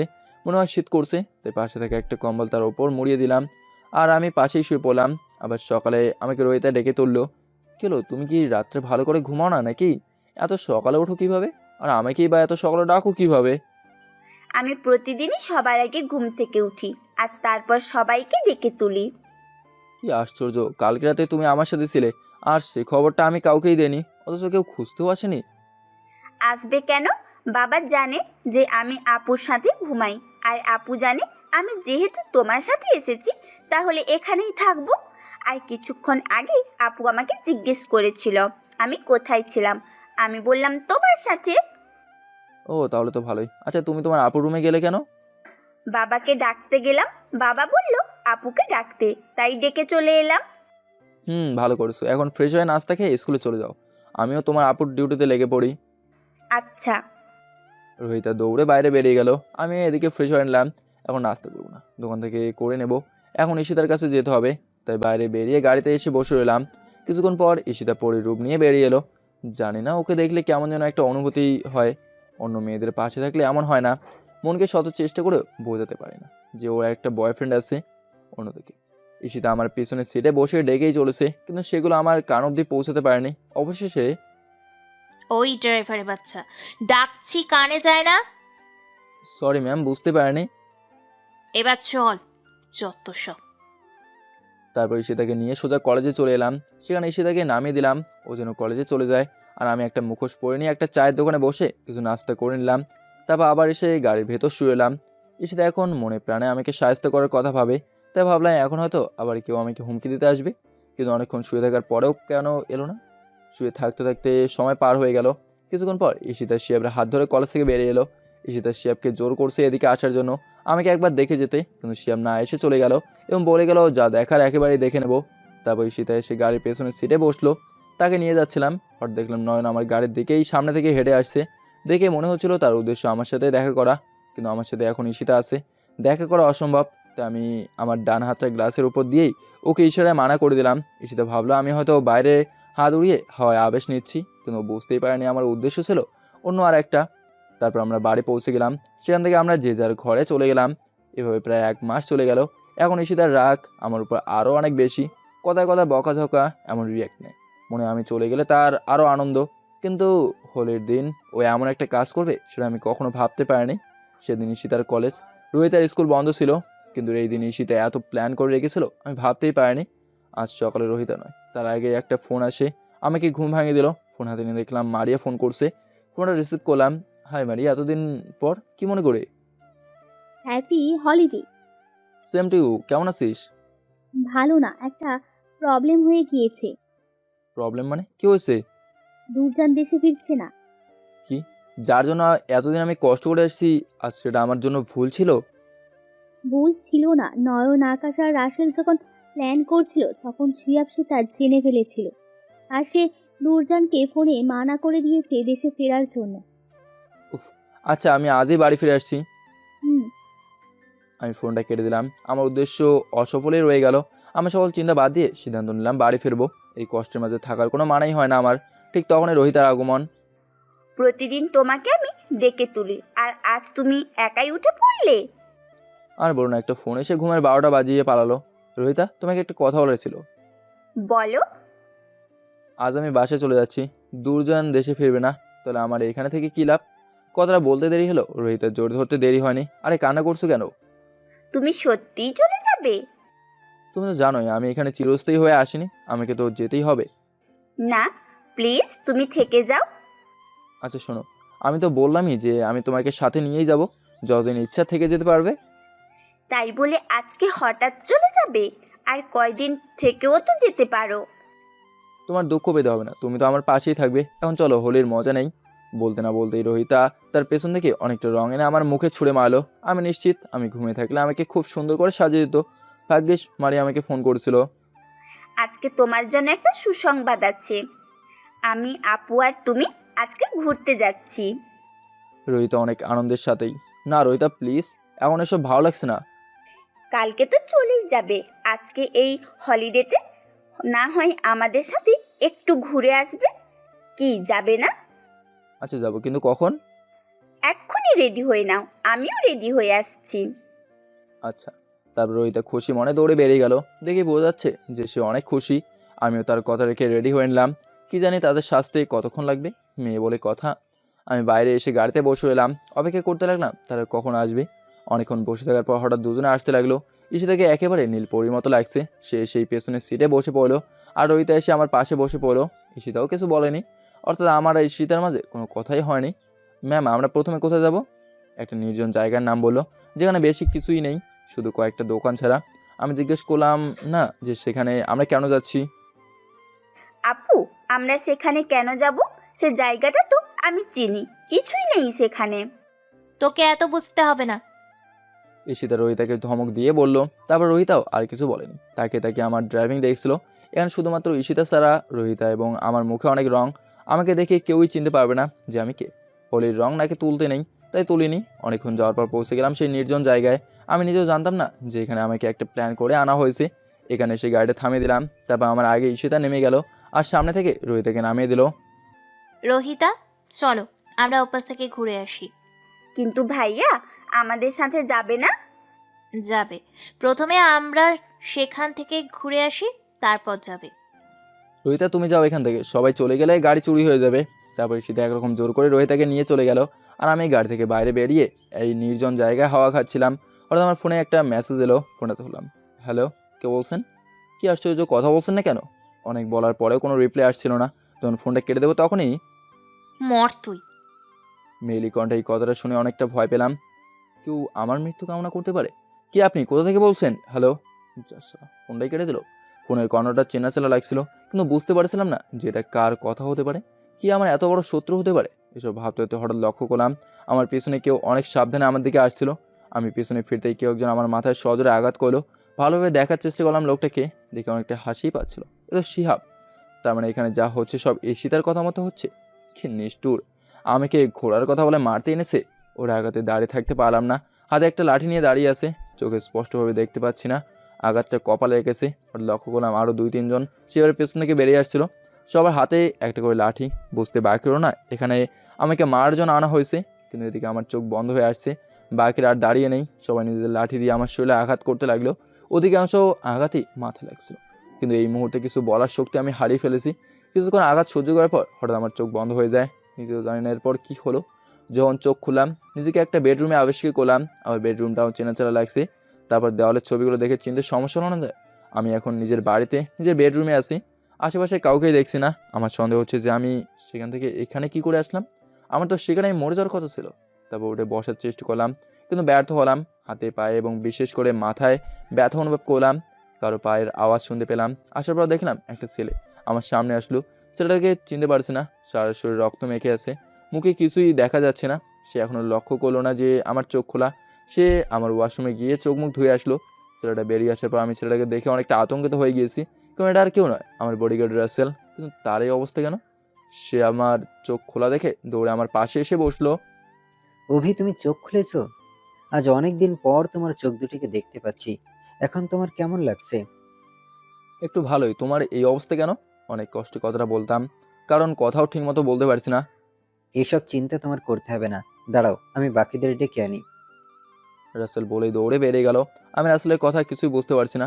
কতদিন মানে কি? আমি কতদিন ধরে এখানে শুয়ে আছি? কিছুক্ষণ পর দেখলাম রাসেল সবাইকে নিয়ে চলে এলো। রাসেল, নয়ন, আকাশ, তাদের সকলের শরীরে রক্ত মেখে আছে। আর মারিয়া। বাবাকে স্বাভাবিক মনে হচ্ছে। এখন কেমন আছিস বাবা? ভালো, তুমি? ভালো। কি করে এমন হলো? আমি কিচ্ছু জানি না। কিন্তু আমরা সব জানি, সব শেষ করে দিয়ে এসেছি। কিসের কথা বলছো তোমরা? যারা তোমদের এই হাল করেছিল তাদের সকলকে আমরা মেরে দিয়েছি। ছোট থেকে তুমি কোনো আঘাত পাওনি, কিন্তু তোমাকে যারা এত কষ্ট দিয়েছে তাদের আমরা কি করে ছাড়তে পারি? কি সব বলছো তোমরা? কি করেছো? যারা তোমাকে আঘাত করেছিল শিহাবের সকল লোককে আমরা মেরে ফেলেছি, আর আজ শিহাবকে মেরে দিয়েছি। কেন তোমরা এসব করতে গেলে? আর আমি কতদিন ধরে শুয়ে আছি? আজ 1 মাস পরে তোমার চোখ খুলল। আজ 1 মাস? এখনো তুমি সুস্থ নাও, এসব নিয়ে তোমাকে না ভাবলেও চলবে। তোমরা সবকিছু জানলে কি করে? তুমি বাড়ি থেকে থাইল্যান্ড যাওয়ার আগে যে সিসি ক্যামেরা লাগিয়ে গিয়েছিল সেটা আমি কিছুদিন আগে পেয়েছি। আর সেটা থেকে জানতে পারি আন্টির খুনের ব্যাপারে। আন্টির খুনের সাথে শিহাবও জড়িত। ও, তারপর আরও অনেক আলোচনা করলাম। আমার সুস্থ হতে আরও 10 থেকে 15 দিন সময় লেগেছিল। আমি সুস্থ হওয়ার পর আবার অফিসের কাজে মনোযোগ দিলাম। কিন্তু এক সময় আমার রোহিতার কথা খুব মনে পড়ছিল। আমার নিখোঁজের খবর শুনে না জেনে বেচারি কী করছিল, তাই ডিসিশন নিলাম আজকে আমি আবার ড্রাইভারের বল রূপে চলে আসতে লাগলাম রোহিতাদের বাসায়। আমি নিজের জন্য একটি গাড়ি নিয়ে তাদের বাসায় চলে এলাম। দেখলাম সব কিছু আগের মতোই আছে। আসার সময় দারোয়ানের সাথে কিছুক্ষণ কথা বলে বাসার ভেতরে চলে এলাম। দেখলাম বাড়িটা একেবারেই শূন্য হয়ে আছে। আঙ্কেল মনে হয় অফিস থেকে এখনও ফিরেনি। আমি আমার রুমে চলে গেলাম। সেখান থেকে আমার সকল কাগজপত্রের ফাইলগুলো নিয়ে বাইরে বেরিয়ে আসতে লাগলাম। হঠাৎ দেখলাম রোহিতা তার বাবার ঘর থেকে আমাকে দেখে দৌড়ে আমার কাছে চলে এসে জোরে ধরলো। কেমন আছো রোহিতা? ভালো না। তুমি সেই দিন কোথায় চলে গিয়েছিলে? রোহিতা বলছিল। আর সে থেকে দেখলাম উপর থেকে দাঁড়িয়ে সব শুনছিল। মনটাকে অনেক খারাপই দেখাচ্ছে, হয়তো নিজের বয়ফ্রেন্ডের মৃত্যুর সংবাদ পেয়ে। কি হলো বলছো না কেন? আর তোমার মাথায় এসব কিসের দাগ? আরে তেমন কিছু না, তোমাকে বলেছিলাম না যে আমাকে বাড়ি ফিরতে হবে, তাই আমি বাড়ি চলে গিয়েছিলাম। আর হঠাৎ একটা অ্যাক্সিডেন্টে আমার মাথায় আঘাত লাগে। আমার কথা শুনে সেটা তার ঘরে চলে গেল। তাহলে আমাকে খবর দাওনি কেন? অনেক কষ্ট পেয়েছিলাম তোমার জন্য। সেটা কোনো ব্যাপার না, আমি বাড়ি ফিরে যাচ্ছি। এখানে আমার কাগজপত্রগুলো নিতে এসেছিলাম আর তোমার সাথে দেখা করতে এসেছিলাম। জানো, তোমার নিখোঁজের খবর শুনে আপু অনেক কষ্ট পেয়েছিল। পাবেই তো, এতদিন কাজ করেছি। ফালতু, যে নিজে আমাকে মারতে এসেছিল সেই নাকি আমার জন্য কষ্ট পাচ্ছিল। ছোটদের বোঝানোর জন্য কতভাবে না নাটক করতে পারে। আরিসের জন্য না, আপু মনে হয় তোমাকে ভালোবাসে। হ্যাঁ, সেটা কিভাবে? তোমার আপুর তো একটা বয়ফ্রেন্ড আছে। তুমি চলে যাওয়ার কিছুদিন পর আপু জানতে পারে সিহাব ছেলেটা একদম খারাপ, মেয়ে নিয়ে ফুর্তি করে ও, আর তাই সে তার সঙ্গে ব্রেকআপ করে দেয়। ও, চলো তো আমার সাথে। তারপর রোহিত আমাকে টেনে উপরে ঈশিতার রুমে নিয়ে গেল। সে না আমাকে রেখে দরজা বাইরে থেকে বন্ধ করে দিল। শত চেষ্টার পরও দরজা খুলতে পারলাম না। পিছনে দেখলাম ঈশিতা বসে সাজুগুজু করছে, মনে হচ্ছে তাকে আজ বউ দেখতে আসছে। আমি সেখানে গেলাম না, দরজায় হেলান দিয়ে দাঁড়িয়ে রইলাম। কিছুক্ষণের মধ্যে তার শ্বাস শেষ হয়ে গেল। সেখান থেকে সে উঠে আমার কাছে চলে আসলো। এমনিতে আমার অনেক ভয় করছিল, আর ও আমার কাছে আসছিল, এসে শক্ত করে জড়িত হলো। আমি বুঝতে পারছিলাম না যে কি করব। কই ছিলি এতদিন? কোনো কথা বলছি না। কথা বলবি কি না? ঈশিতা শক্ত করে বুকে চাপ দিচ্ছিল। ও মা গো! কি হয়েছে? কই ছিলি এতদিন? জমের বাড়িতে নিজে আমাকে খুন করতে চেয়েছে, এখন বলছে কোথায় ছিলাম। আমি ওই দিন ওদেরকে বলেছিলাম শুধু একটু বকা দিতে, আমি বুঝতেই পারিনি ওরা তোমাকে মারতে চাইবে। ঈশিতা এখনো জড়িয়ে আছে, এখনো শ্বাস হলে ব্যথা। ছাড়ো আমায়, আমি চলে যাব। ইস, এখন বললেই যেতে পারবে নাকি? তো কি করতে পারো?